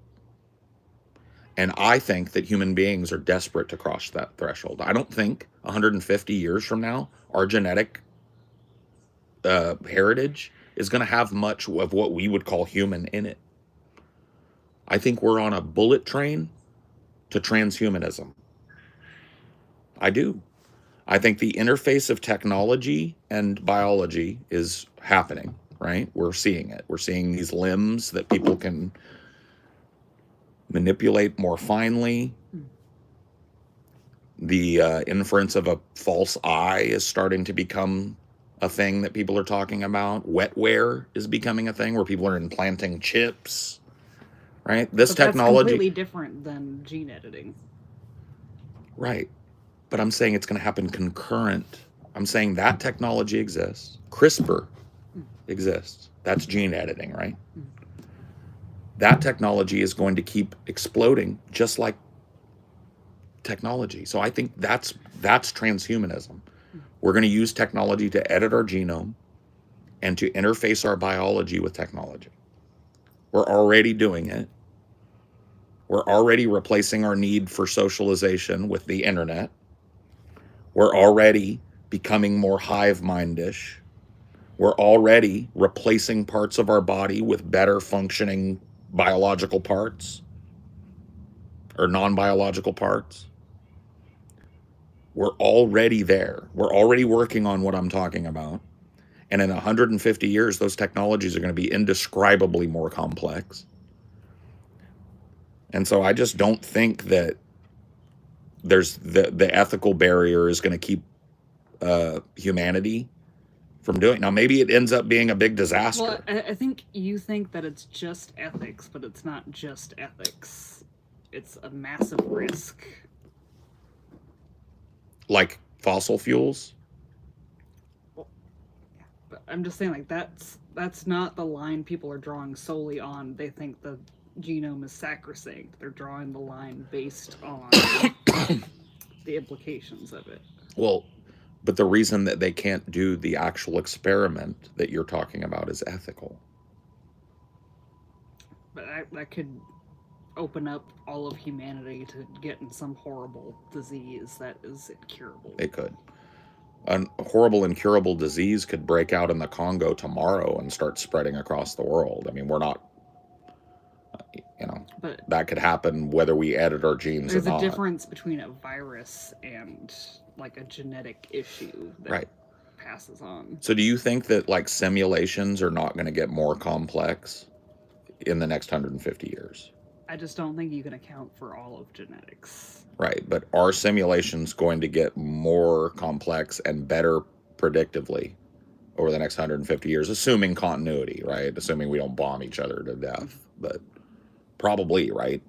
I'm just saying, like, you could see, like, in the COVID vaccine, for example, there were issues that were unforeseeable until the wider population got the vaccine.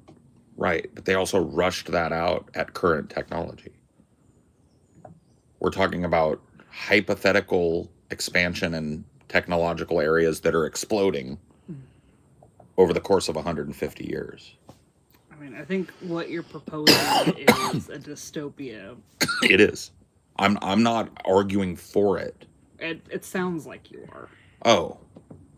Okay. Well, no, I'm not.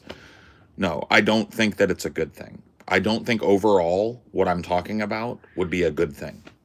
But you were arguing with me like it would be a better thing, like why people wouldn't want to prevent cancer and stuff.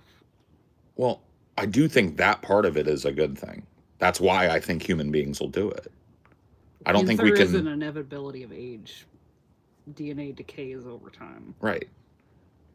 But people live 20, 30 years on average longer than they did 40 years ago today.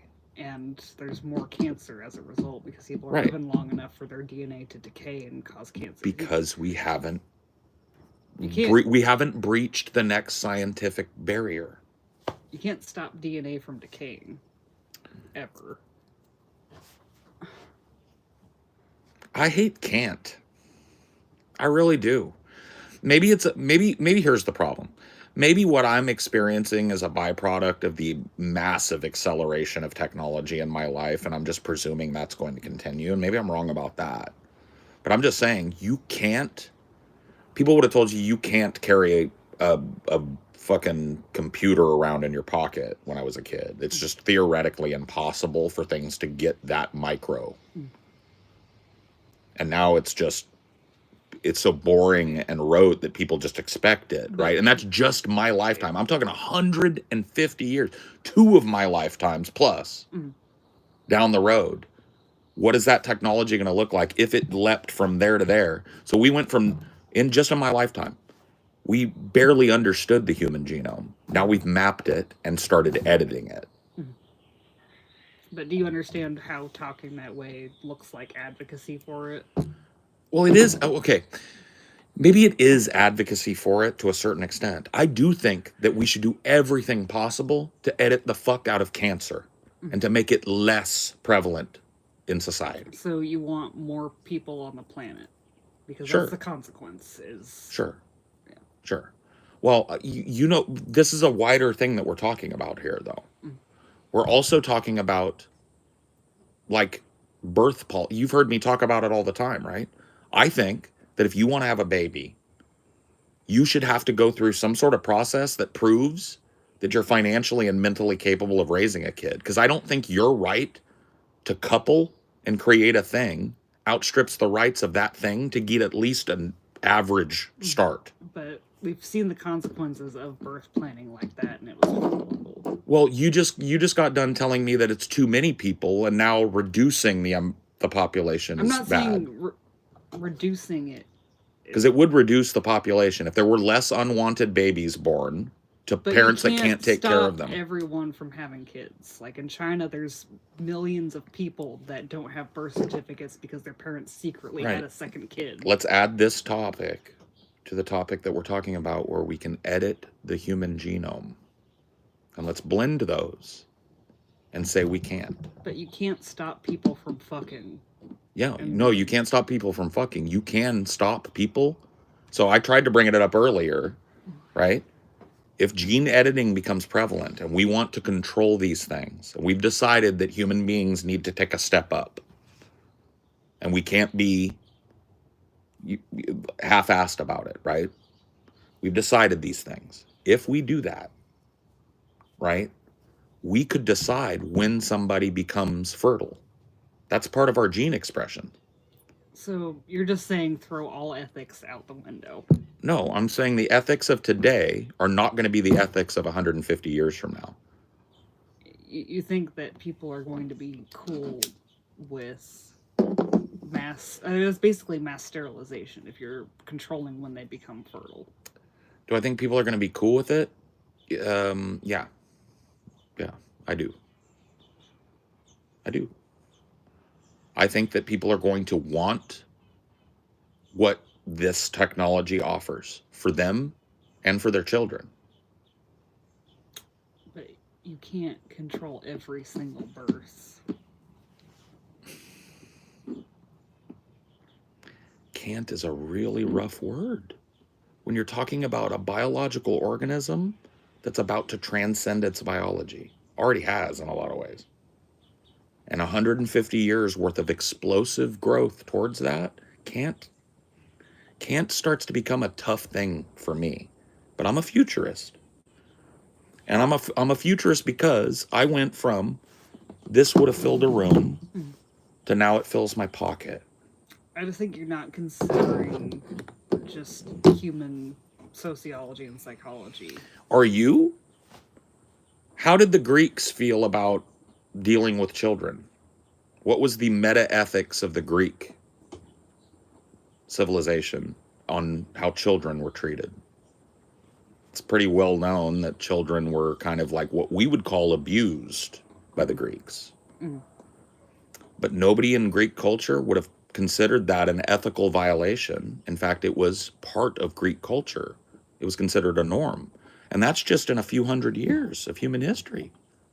But you're not talking about like the ethics of raising children. You're talking about going against pure human biology of the instinct to have children. Yeah. You think that instinct is going to be completely I think you're seeing, supplanted? I think you're seeing it be supplanted right now. I think that's part of the loneliness epidemic is people aren't getting together and coupling. Look at Japan. Japan is disappearing because people don't know how to fuck anymore. They don't know how to meet people anymore. They're disappearing into online collectivist activities. So it's all, in my estimation, the things you're talking about that can't happen are already happening. People We're are just not. We're not going to get to a common ground on this. That's clear to me that we're not going to get to a common ground on this. Maybe not. It's okay to disagree. You know what I mean? Neither one of us can claim that we're right. You know, it's we're talking about futurism. We're talking about, will humanity maintain the same ethical considerations that we have today, 150, 200, 300 years into the future? I think no. Right? We're not going to get to a common ground on this. We're yet to find a social configuration that doesn't create a disgruntled class. That's true, TJ. So, people in tribes do not determine ethics. Ethics and morality are objective. Well, that's not true. Like, we know that's not true.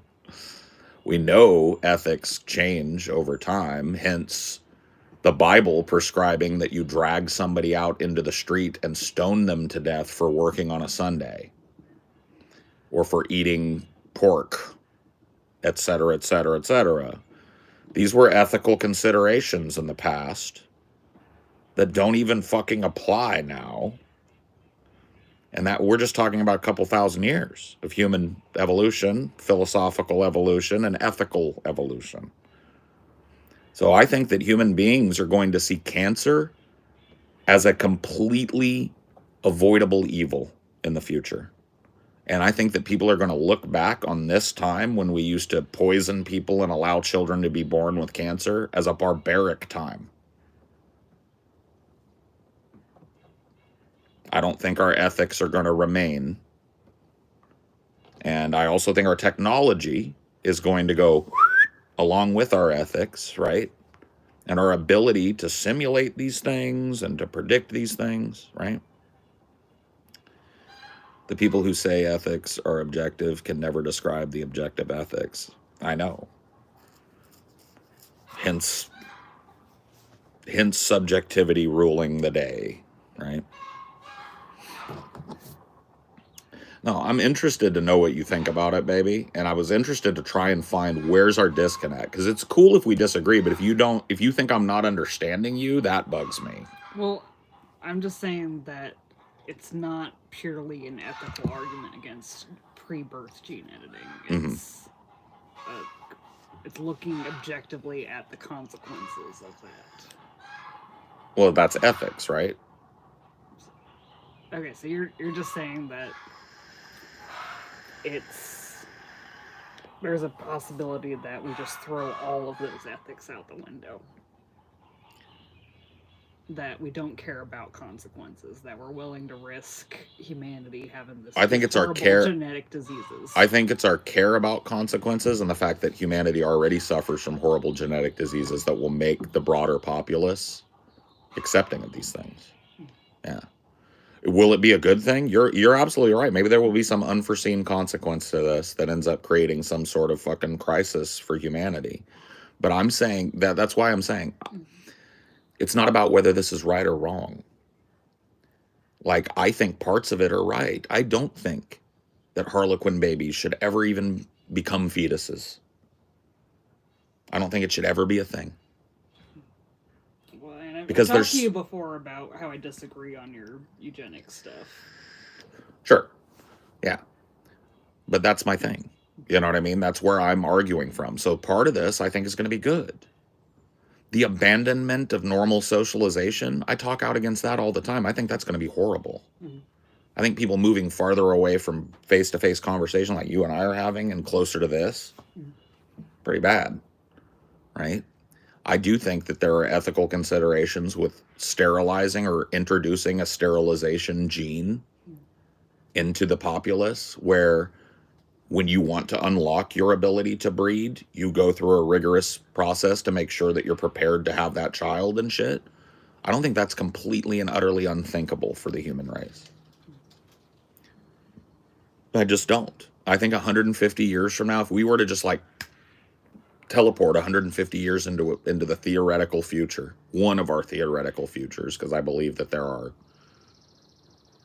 infinitely branching possibilities, I think we would be shocked at what the ethics of that time were and how little they resembled ours.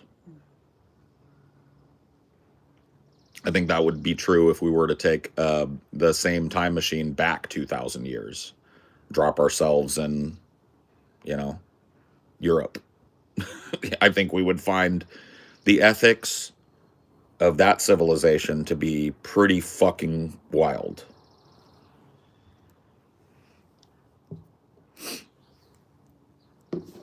The weathering away of face-to-face social interaction terrifies me, or more accurately, makes me feel uneasy. It should.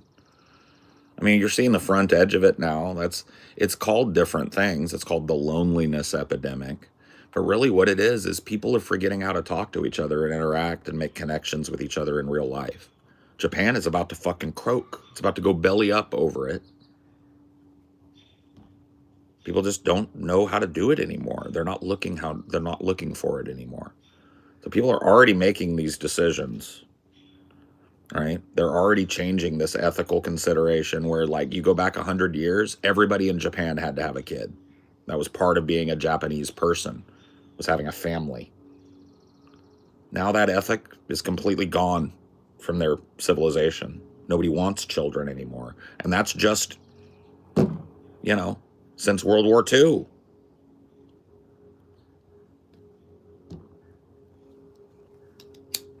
You don't think that the human instinct is to have less children as the population grows? I don't think so. I think the human instinct is to rut. It's to rut. What do you mean? Rut. Have to fuck as many fertile partners as possible. That, if you want to talk base instinct, that's the human instinct, is to rut.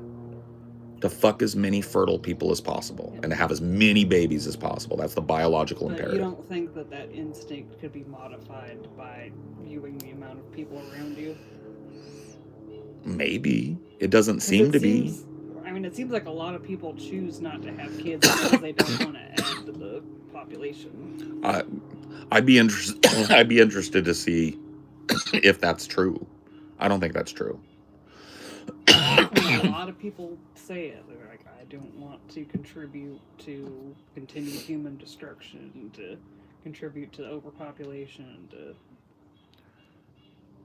There's people that don't. Sure, but there have always been those people. I don't want to bring a child into a world such as this. It's not a modern thought.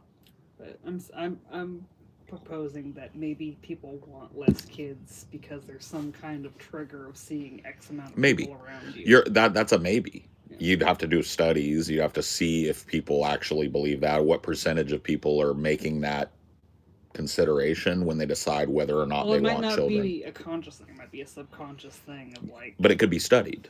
Yeah, subconscious ideas and stuff and subconscious reactions can be studied. Yeah, I'd be interested to see. Maybe so. Maybe what we're seeing is the overpopulation, crowdedness of a lot of the way that we live is affecting people's minds and consideration. But then, you know, I look at my sister who's done the opposite of that. So to have people like my sister Well, I mean, completely and utterly. instincts aren't like 100% everyone experiences them the same way. Well, yeah, I mean, at a base level, they are, right? We are a biological creature. We have the same absolute base drives as the birds and the bees, right? Reproduction. That is our biological imperative, is survival to reproduce and pass our genes. That's how I see it, right? At the base. Now, you're right. It's more, there's definitely like meta-ethical considerations that because we're smarter than the bird. Well, we like to think we are. And I think the birth rates are declining almost exclusively because family planning is possible. You think so? Yeah. Like, the more developed countries are having faster falls in birth rates because they have birth control available. They have condoms easily available. You're probably right. Yeah. Well, it's like, I think that's what the most dangerous thing about freaking out about the birth rate is. Yeah. Is the only way to guarantee a higher birth rate is to take away those family planning options. That is absolutely true. Yeah. No, the rise in female education and availability of family planning options correlates directly with falling birth rates. Yeah, no. And but you have to understand the reason that those family planning options are available, right? And I'm not saying you said anything different. That's ethics. That's a change in ethical considerations. You go back 100 years and those things were seen as sinful. You were supposed to have sex to procreate. You're not supposed to have sex to have an orgasm. Since the beginning of civilization, women have tried to find ways to abort. There are 14 natural abortifactants that women used all throughout human history, as far as we can tell. There were attempts at some form of birth control. Yes, absolutely. But what we know about our modern society is that we are in a very progressive era in terms of how people feel in general about birth control. 100 years ago, it was sinful, weird, but there was also indulgent. A lot of hypocrites. Well, of course there were. Yeah. But now it's cool to go get a condom. It's cool to have safe sex. It's okay to do that. Nobody's calling you a fucking sinner. Well, you just want to come, it's okay. Well, some still are, but right. The worm has turned in broader, especially Western society. Mm-hmm. You want to come? Go ahead. You want to come and not have a kid? Go come. But the danger is the worm turning back the other way. And that can kind of be seen with, like, more banning of abortion. Mm-hmm. Well, yeah, I mean, but overall, you have to admit that, like, rolling back abortion protections at the federal level is different than, like, taking condoms off the market and shit. I mean, that birth control is birth control, and I agree with you that, you know, there's going to be fluctuations, but overall, society is on a trajectory towards people having individual choice, not away from it. Except you predicting in the far future that people will be okay with not having choice. Well, yeah, because I'm seeing a move towards collectivism. I mean, what is China's ascendancy if not the ascendancy of collectivism, right? Chinese people have a very different way of thinking about the way that they interface with the world and what their place is in it than the average American does, right? That's just that's an ethical consideration. Chinese people ethically believe that their interaction with the world is to further the collective. What they do in life reflects on everybody around them and reflects on the state. And that's just what they believe. That's how they were raised. That's the ethics that they were raised with. Here, we believe fuck the state, fuck you, fuck your neighbor. I'm an individual, right? But we're seeing a move towards mass collectivism, even in our individualistic society. We're seeing people getting away from individual conversation like this, moving towards echo chambers, moving towards online interactions that are not real at all, moving away from, and then, you see this male loneliness epidemic. This amount of young males feel like they can't get a partner, right? That's never been a thing. There's always been a subsect of men that had a hard time getting women. But this like idea that whole swaths of young men don't know how to talk to women, that's new. And that's coming from a move away from our natural instinct of socialization, and it's due almost entirely to technology. It's also due to increases in women's education rights as well. They're less willing to settle because they have more rights and they have the ability to support themselves without a male partner. Right. Well, I was kind of decoupling this from birth control. I was talking more. No, I'm not talking about. I'm just talking about education and access to working. That is raising the standard of dating because women don't have to get a male partner to survive. Right. Just having a job isn't enough anymore because women can support themselves, right? Yeah. But I still think that at the core of it, it's socialization that's causing these men to be undesirable. Because if it's even footing that a woman is looking for, which I think it is, like I think most women are looking for, if they're working women especially, they're looking for a dude that's like gonna work women too. Are always going to be more selective if they have the opportunity than men because they take on an enormous risk of having a kid right with a male partner. Right. Well, that's just biologically true, yeah. Right? But yeah, no, I think that the loneliness epidemic is a socialization epidemic. I genuinely believe that there's somebody out there for everybody. And at this point in time, when it's so easy for people to find other people all the way across the country and shit, we should have the opposite of a loneliness epidemic if this type of interaction is correct and according to what human beings need. I think it isn't. It's not good at finding people that are interesting and interested in one another. It's not. It's not good at that, clearly. You think dating apps are a net good or bad for society? I don't know. I've literally never used a dating app. I've never signed up for one. It never appealed to me. It's just not how I do it. So I feel like I can't really talk about it. If you want my opinion, I think it's probably a net negative. I think it encourages like shallowness in people. And I think that we're already living in a pretty shallow era. And I think that encouraging further shallow introspection before you even talk to a person has not done anything good. But that's just my take on it. Well, there's also just... you're cutting out the biology part of attraction. Are you? I mean, visibly, that's what it is, right? There's literally people smell different, and you can smell if genes are compatible. Like Bella's blood. No, I like say like no, literally. There's. I'm sorry. I got Twilight on the fucking brain. Yeah. We gotta finish that. Mm-hmm. We missed our Netflix deadline. I know. Yeah, whatever. I ain't worried about it. We'll get it. I just don't. I couldn't stare at that fucking baby anymore, bro. I couldn't do it. It was so fucking disturbing. Oh God, man. Did the people that loved that franchise waiting for the ending of it, did they riot about that baby? There was a lot of... Was there a lot of negative pushback about that baby? Yeah. Okay. Good. So I was like, man, if they didn't, man, that was some of the worst CG that I've ever seen in a movie that had no excuse to have bad CG in it. That movie's budget...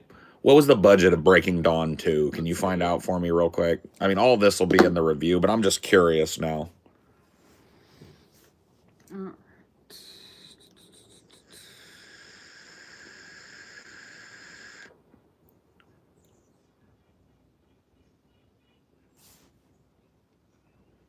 You want 2 specifically, so... The budget of that was $136 million.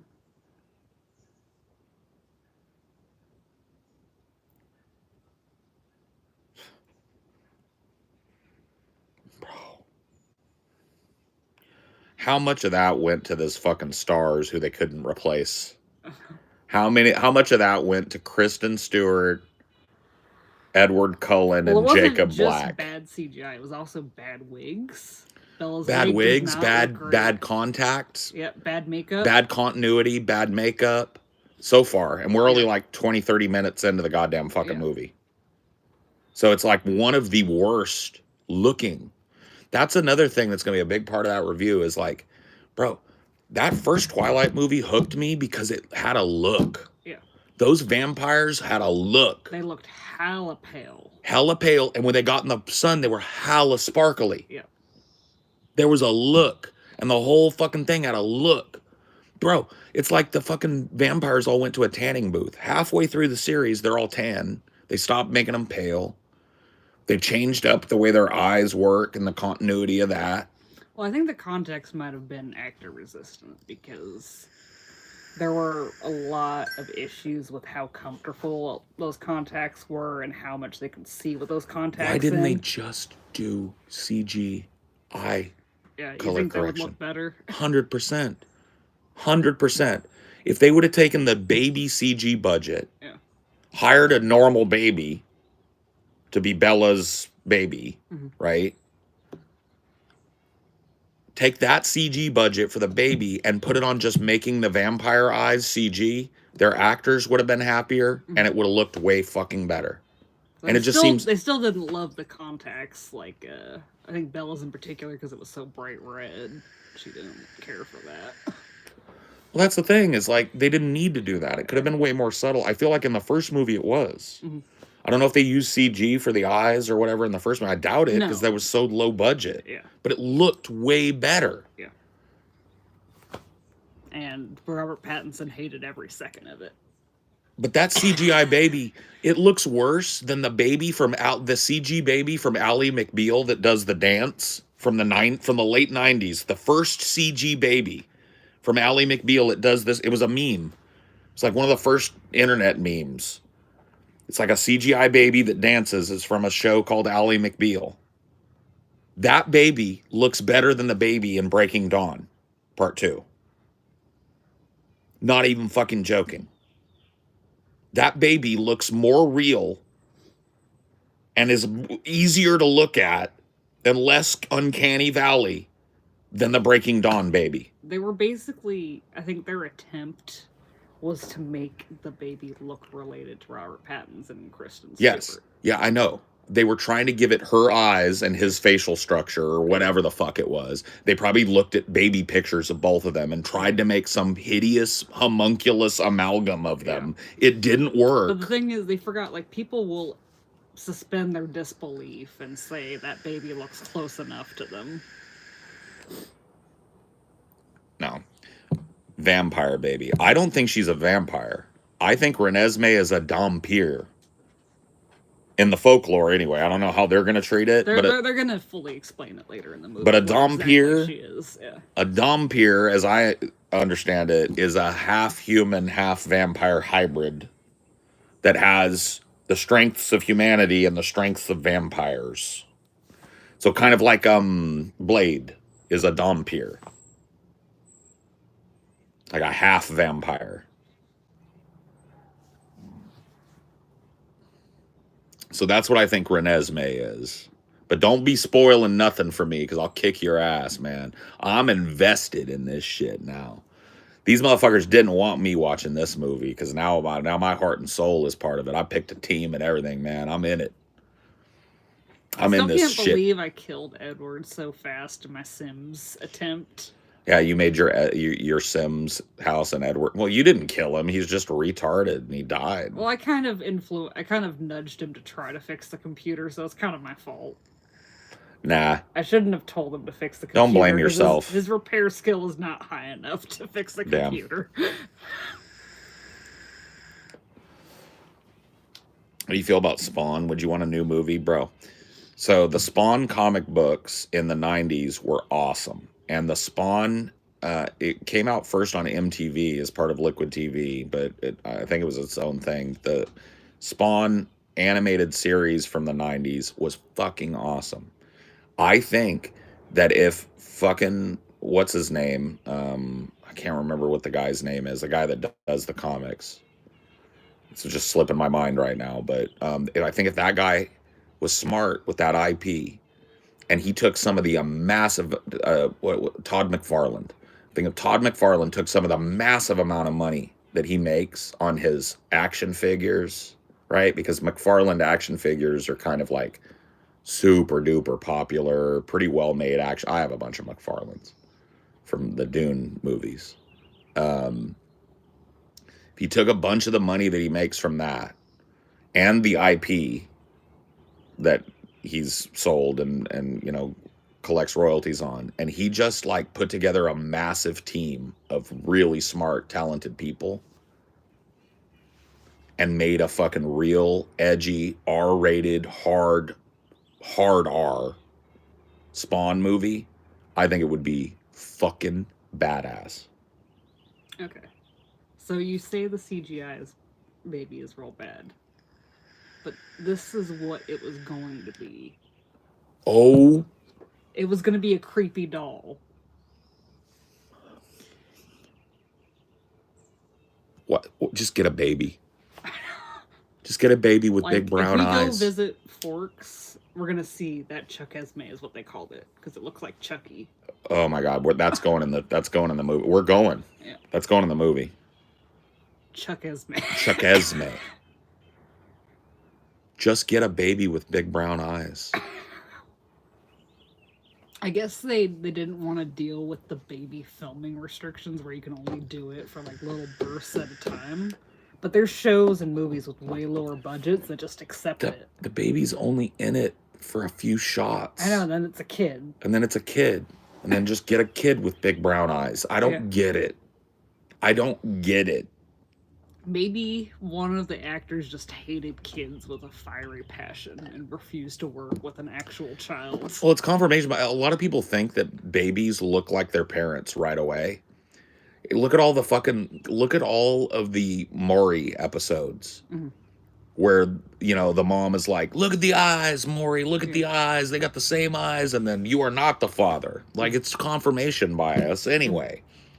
They could have done at that point, with the popularity of this and the amount of women that had babies that loved Twilight. Oh yeah, they would have been handing over their babies. Oh my God, they would have had 1 million babies. They could have picked 5 that looked exactly alike, big brown eyes, cute little Gerbers. Yeah.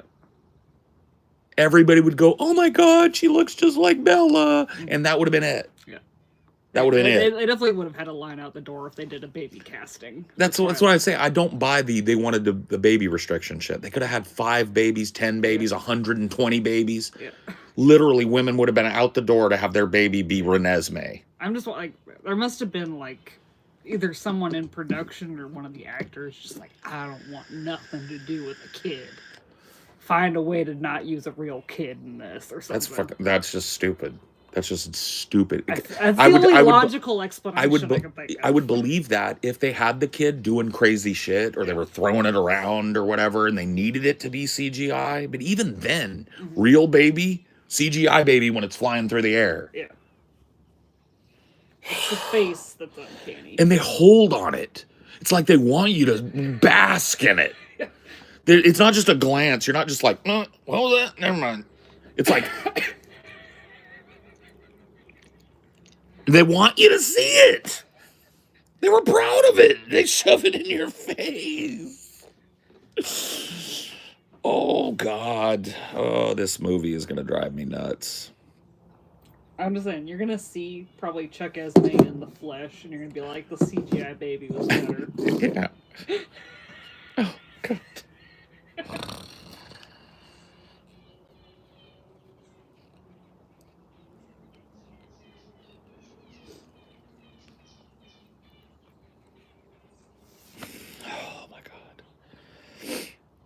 I can't check my phone, Pranav, because the one that I get my shit on is the one I'm using. Wow. I gotta go pee. I gotta take a tinkle.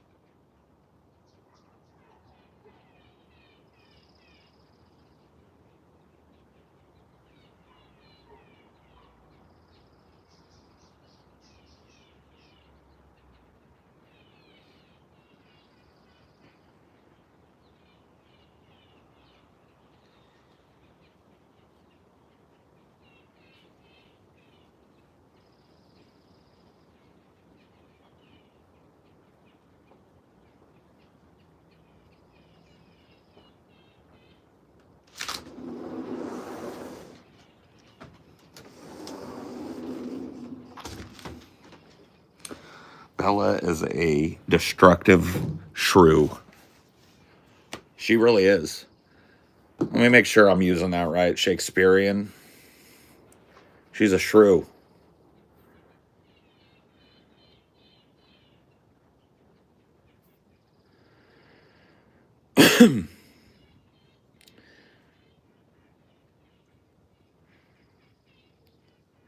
An unpleasant, ill-tempered woman characterized by scolding, nagging, and aggression. I was right. She's a shrew. She's a mean little shrew. I don't know. I think Carlisle is more devious because I think he's running a whole ass experiment with all of them. Yeah, I think you're right, but he comes from the time when doctors had no ethics. Yeah, they were just like trepanating people, fucking chiseling into their heads and poking around in there and cutting parts out. No, I think you're right. There's multiple villains in this story, but for me, the primary villain of Twilight is Bella. Bella Swan is the most self-involved, shitty, double-dealing, destructive. She's everything she touches turns to shit. Scumbag protagonist that I've seen in a movie in a long time. Well, I think you think that because you're a guy and you're empathizing with Jacob and Edward and how. Well, how could you not? Even if you're not a dude, you think it's okay? Like if it was flipped.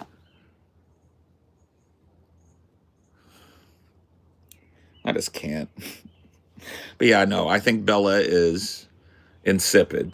She's awful. She's just a really bad person. Really bad. Just bad. Selfish, destructive, bad. You know? Bad news. Bad news kind of person. Type of person that just brings bad news into your life. She's a PTS, okay?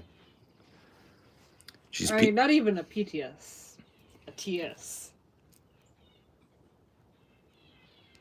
Just a straight TS. Yeah.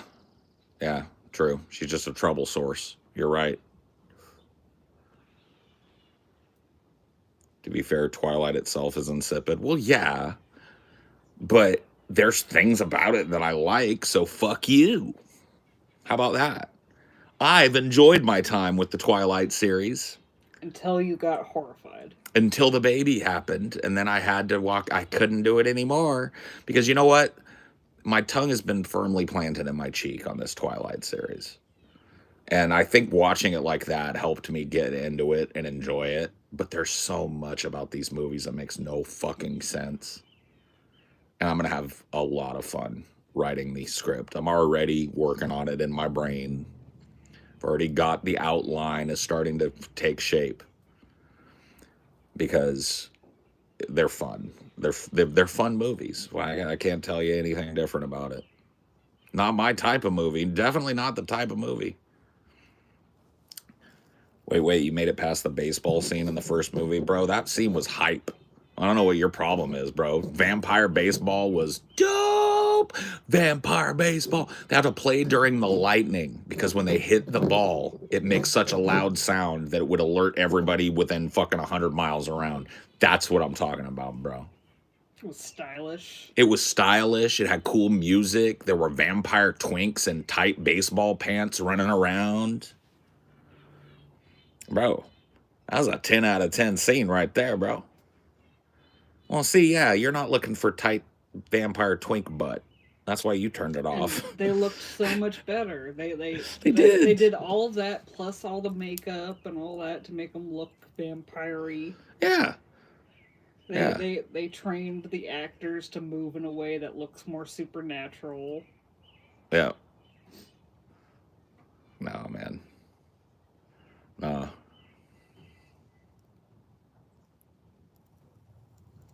Yeah, I think, would you agree that the first one's best one? Yes.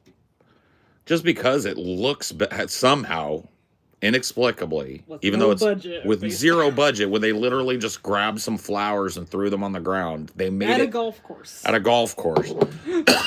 And they made the most iconic shot in the movie yet. They keep coming back to it. Bella and Edward laying in the field of purple flowers looking at each other while he sparkles. They've used it over and over because it's like that movie is the most compelling, cohesive looking film in the bunch, right? Every time, and I understand it's kind of like the Star Wars films where they had a different director every time, but the lack of cohesiveness just in look and tone makes it really rocky. So that first film, I was sucked into the universe by that movie. It's dumb. It's definitely a chick flick, but I was like compelled by it a little bit. I wanted to see what happens next, even though I knew what was going to happen next. Like they just start teasing you, right? Like Bella's going to be a vampire.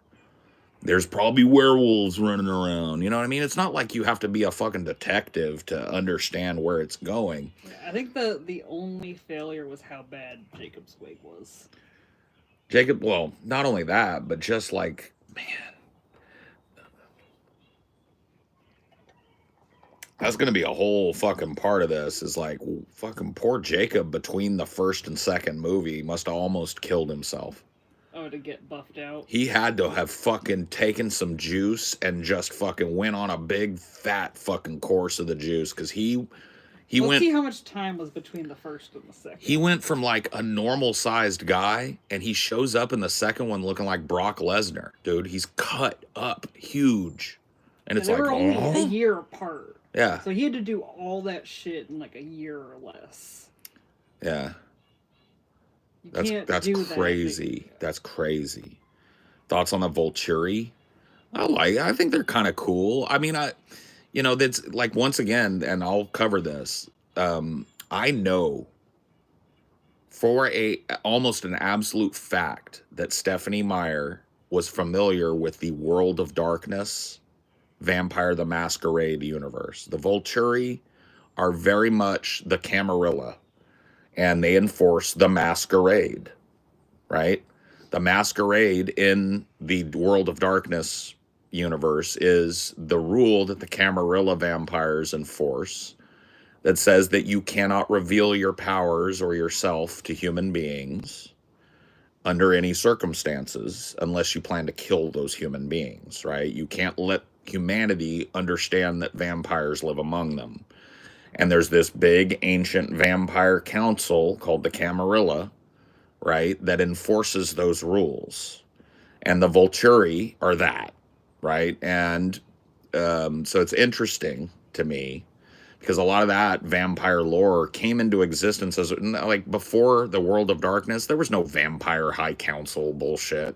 There were no like, there's vampires among us and they're living in the modern days. And like, I think there was definitely a shift in vampire movies where it went from like a soul vampire to a whole vampire society. Yeah, and a lot of that. I watched a documentary that's free on YouTube, by the way, the other day about the World of Darkness. You can probably find it if you search it. It's about the Vampire the Masquerade game and the people that made it and how influential it was on. So the most influential thing to them was Anne Rice. Anne Rice wrote the Vampire Chronicles, right? So Interview with a Vampire, The Vampire Lestat, et cetera, right? So they took like kind of the rules of vampires that were set out in that, because that implied that vampires were a broader societal thing, but they were more reclusive and disjointed, right? But then halfway through the movie, Louis and his daughter his vampire daughter go to Europe and find that vampires in Europe, because it's an older society there, are a little less shy about conglomerating, and that there are rules in this little vampire society that he stumbles onto, right? And so the guys that created the World of Darkness took that idea that vampires are numerous enough that they could get together and have rules. And they created the Camarilla and the Sabbat, which the Sabbat vampires in the World of Darkness are vampires that believe that they should dominate humans, that they shouldn't. Well, Blade pulled very heavily from that. Yes. Yeah. Well, every vampire thing, other than direct remakes of things that came from before, has been heavily influenced by the World of Darkness. The idea that vampires have a society that's behind the scenes, that wasn't a thing. It was Dracula was the vampire, or there was one lone vampire that bit a guy and he turns into a vampire, and that's the movie. It's one vampire, right? It's not maybe a family of vampires at the most. right, a coven. But like, no, there's no. This is vampires that live adjacent to humans, interact with humans, but keep the secret that they feed on humans. Was that also the start of like the ethical vampires, or did that come later? The World of Darkness, there's no ethical. Well, there is. So the ethical vampires comes from Anne Rice. Louis decides he doesn't want to kill people, and he lives on rats, and he's able to subsist, but it makes him lesser. That's also in Twilight. They feed on animals, and it's good. It keeps them going, but it's not as good as if they were feeding on humans. So it's that, right?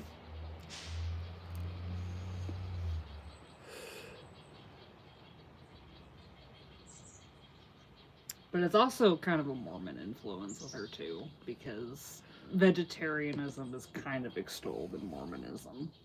Because if you notice, Bella is an actual vegetarian.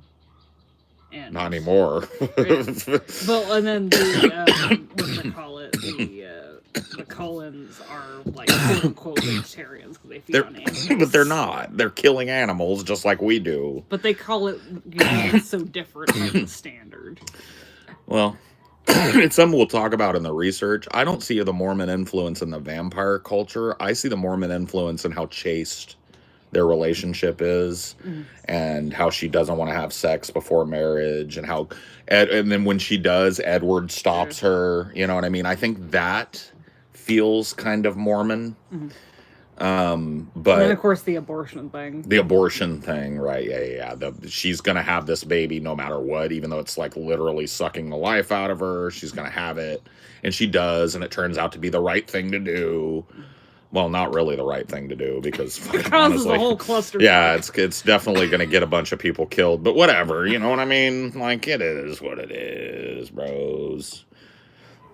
Bella wanted to be not like the other girls, and so she had to destroy everybody's lives, you know? So she could be not like the other girls. All those lame girls in my school that have, like, real boyfriends and stuff. I want a super boyfriend. I want to be a vampire. I want to have a half vampire baby. And no one's going to stop me. It's like, ugh. She sucks. Bella, but I mean, she's compelling as fuck as a villain. And that's how I've been watching it. From pretty much the second movie is when I realized, like, this isn't going to get better. She's not going to get less toxic. She's going to get more toxic. And I was so fucking right. Well, although I think Eclipse did have a good scene. Which? When fucking Jacob snuggles up with Bella. Oh, God. And the... Good, yes. Good from a standpoint of it made me fucking almost want to die laughing. Because it was he was in the literal cuck tent. The literal cuck tent. The look on his face, he gets, like, Jacob, like, snuggles up to Bella, and he's like, I'm hotter than you. And then it cuts to Edward's face, and he has this look of utter cuck defeat. He's like, I'd lost it, bro. So, yeah, good. So bad it's good. Yeah. I've got to spoon your girlfriend, bro. And he just has to sit there and take it. Well, then they had that talk, too, where there was a little bromance brewing. Oh, yeah. They were shooting each other vibes. They were like, hey, maybe we can ditch this broad and just me and you fucking pop one off. But, yeah, no. That's going to be a part of my review. I'm not going to focus on it heavily, but the World of Darkness and its influence on vampire movies reaches into every corner of vampire movies, including chick flick vampire movies, right? The Volturi are a direct rip of, and I'm not saying it's bad. I'm not saying it's a bad thing, but it's just interesting to me that somebody that's so far from that, right? Or somebody that could write a novel that's so far from the original intentions of that, but still be so fucking riddled with seams of the World of Darkness. It's a really interesting kind of kind of thing for me.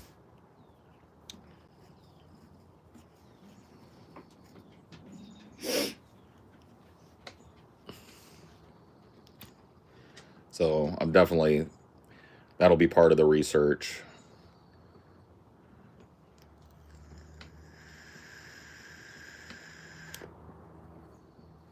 Because I'm a big fan. I actually played the World of Darkness games, the LARP game, back when it was new. So it came out in 96, and I played it in 96, 97 was when I was invited to the And Vampire I LARP. bet Stephanie Meyer isn't far from your age. Let's see. Yeah, she's probably maybe a couple years older than me, but probably right, maybe a couple years younger, right around my age. I don't know. She's 51, so like just like 5, 6 years. She was born in older. 75. Yeah, 73. 73, whatever. So, you know, older enough for me that there's not cultural parity, but we definitely grew up around the same time. Yeah. A lot of the same influences.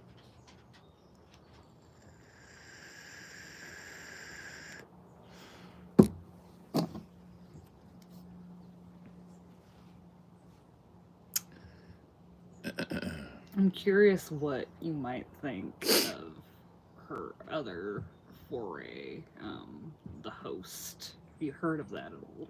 Mm-mm. So she creates this book where there's these aliens that come to Earth and they can't survive on their own, so they have to implant themselves into humans. Uh-huh. So almost the entire human race ends up just being human puppets controlled by these aliens. And then it focuses on a chick that fights back against the implantation, and it's like the alien and the human parts struggling. So it's Invasion of the Body Snatchers. Kind of. Makes sense. Yeah, that's very much Invasion of the Body Snatchers, right? That's the whole point of Invasion of the Body Snatchers. But she introduces a love triangle as the alien and the Well, there's a love triangle in Invasion of the Body Snatchers. Yeah. So... But in this case, the alien and the human each are attracted to different guys. Oh, well. Oh, so it's just Bella. Kind of. Yeah, so she just puts Bella. Yeah, I think Bella is a Mary Sue for Stephanie Meyer, for sure. I think she is a direct insert for how Stephanie Meyer sees herself. Or maybe how Stephanie Meyer wants to see herself, right?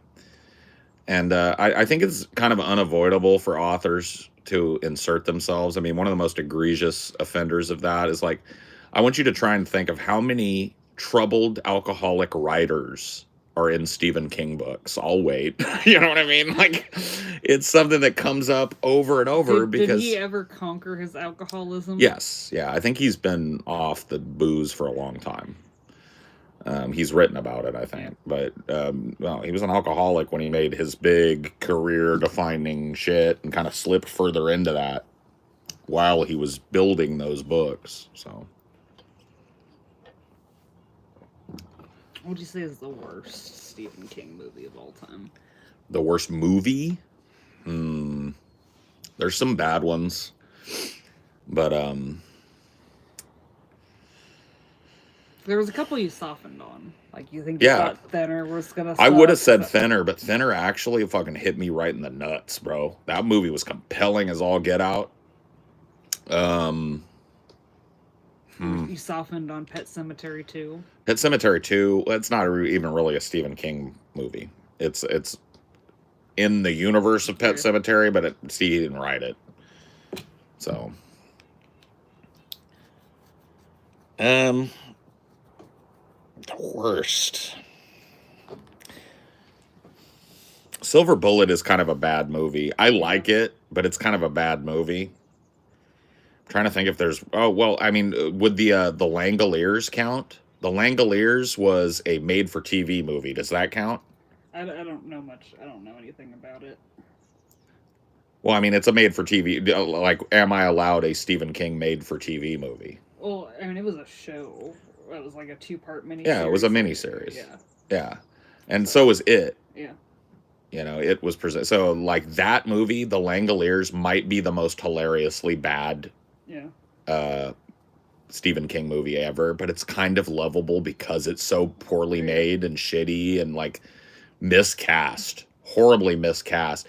There's a guy in it who played Balky Bartokomous in Perfect Strangers in the 80s, which was like this sitcom about two dudes that were roommates. One was this guy from some nondescript Eastern European country named Balky Bartokomous.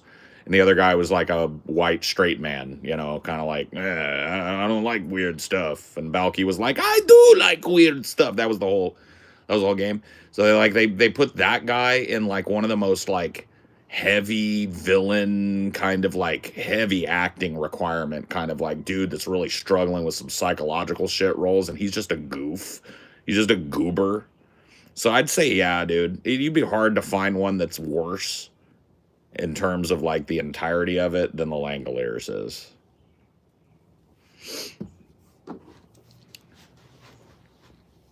But like let's limit it out and let's say, what's the worst theatrical release Stephen King film?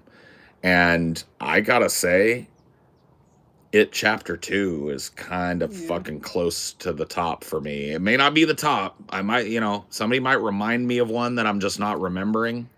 What about Children of the Corn? You don't like Children of the Corn much. Ooh, but you know what? Children of the Corn is fun to make fun of, like Isaac and stuff. I'd rather watch Children of the Corn right now. Like if we had to watch a movie right now, I would pick Children of the Corn over It Chapter 2. Yeah. Tommy Knockers, yeah. Tommy Knockers is pretty bad. I don't know if it's It Chapter 2 bad, but it's pretty bad.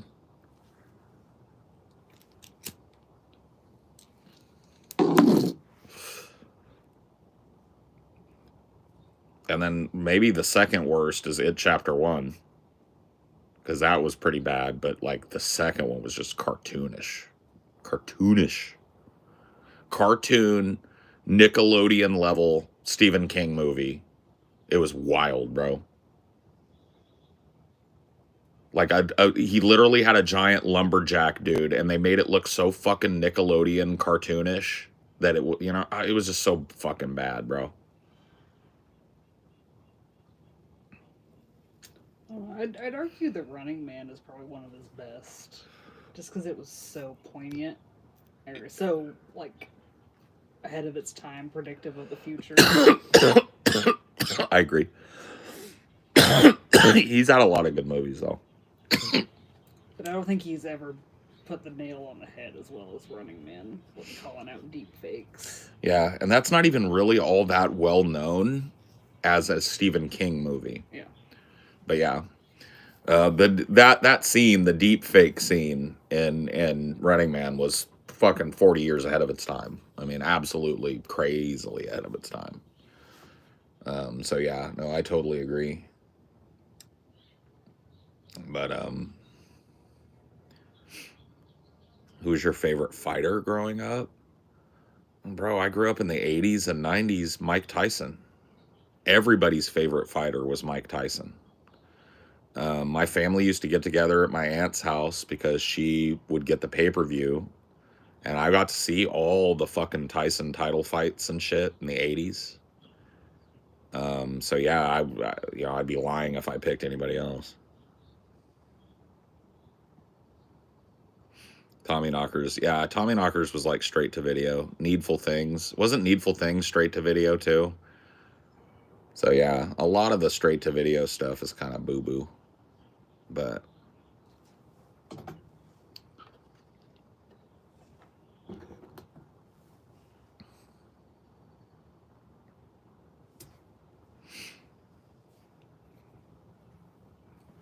yeah, when it came to sports, there were two mics that mattered. Two mics and a Joe. That was it. Two mics, a Joe, and a Bo. That was it. That was it. Joe Montana, Michael Jordan, Mike Tyson, Bo Jackson. Those were the four athletes that mattered to me when I was a kid.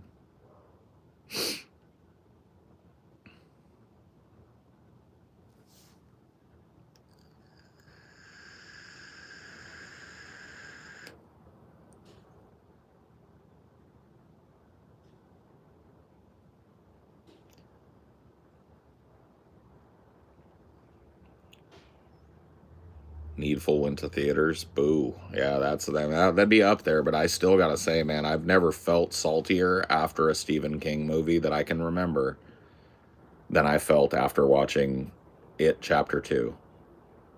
That movie absolutely just had my jaw on the floor with how bad it was, and it never stopped getting worse by the second. And it is an interesting film from the perspective of like it's a movie that doesn't have any bright spots. It's a movie that literally is like a flushing toilet, right? It starts with a turd in the toilet, and then you watch the turd smear against the sides of the toilet and go down the toilet, and then the bowl fills back up with water, leaving behind a shit smear. It's the cinematic version of that. It's that made cinema.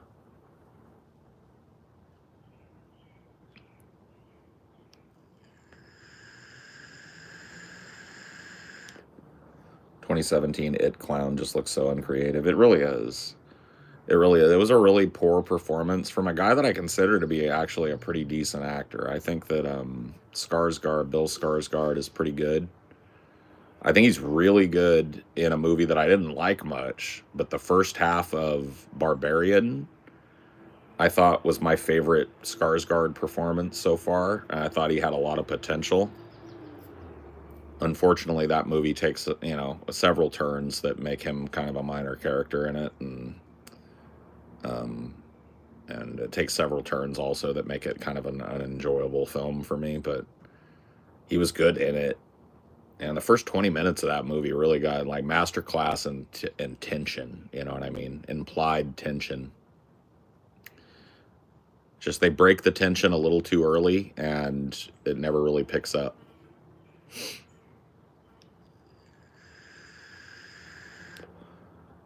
How you feel about the Diddy verdict? Diddy didn't.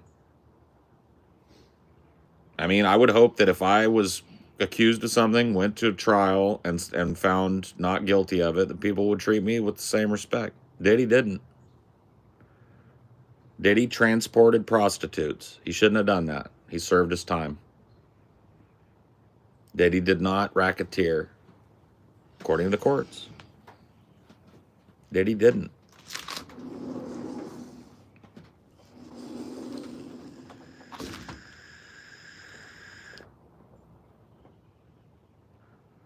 You're not even kidding, dude. The child actors were way better in part 1 than the adult actors in part 2. That's a problem. It's a huge fucking problem. And it's absolutely true. You're not even kidding.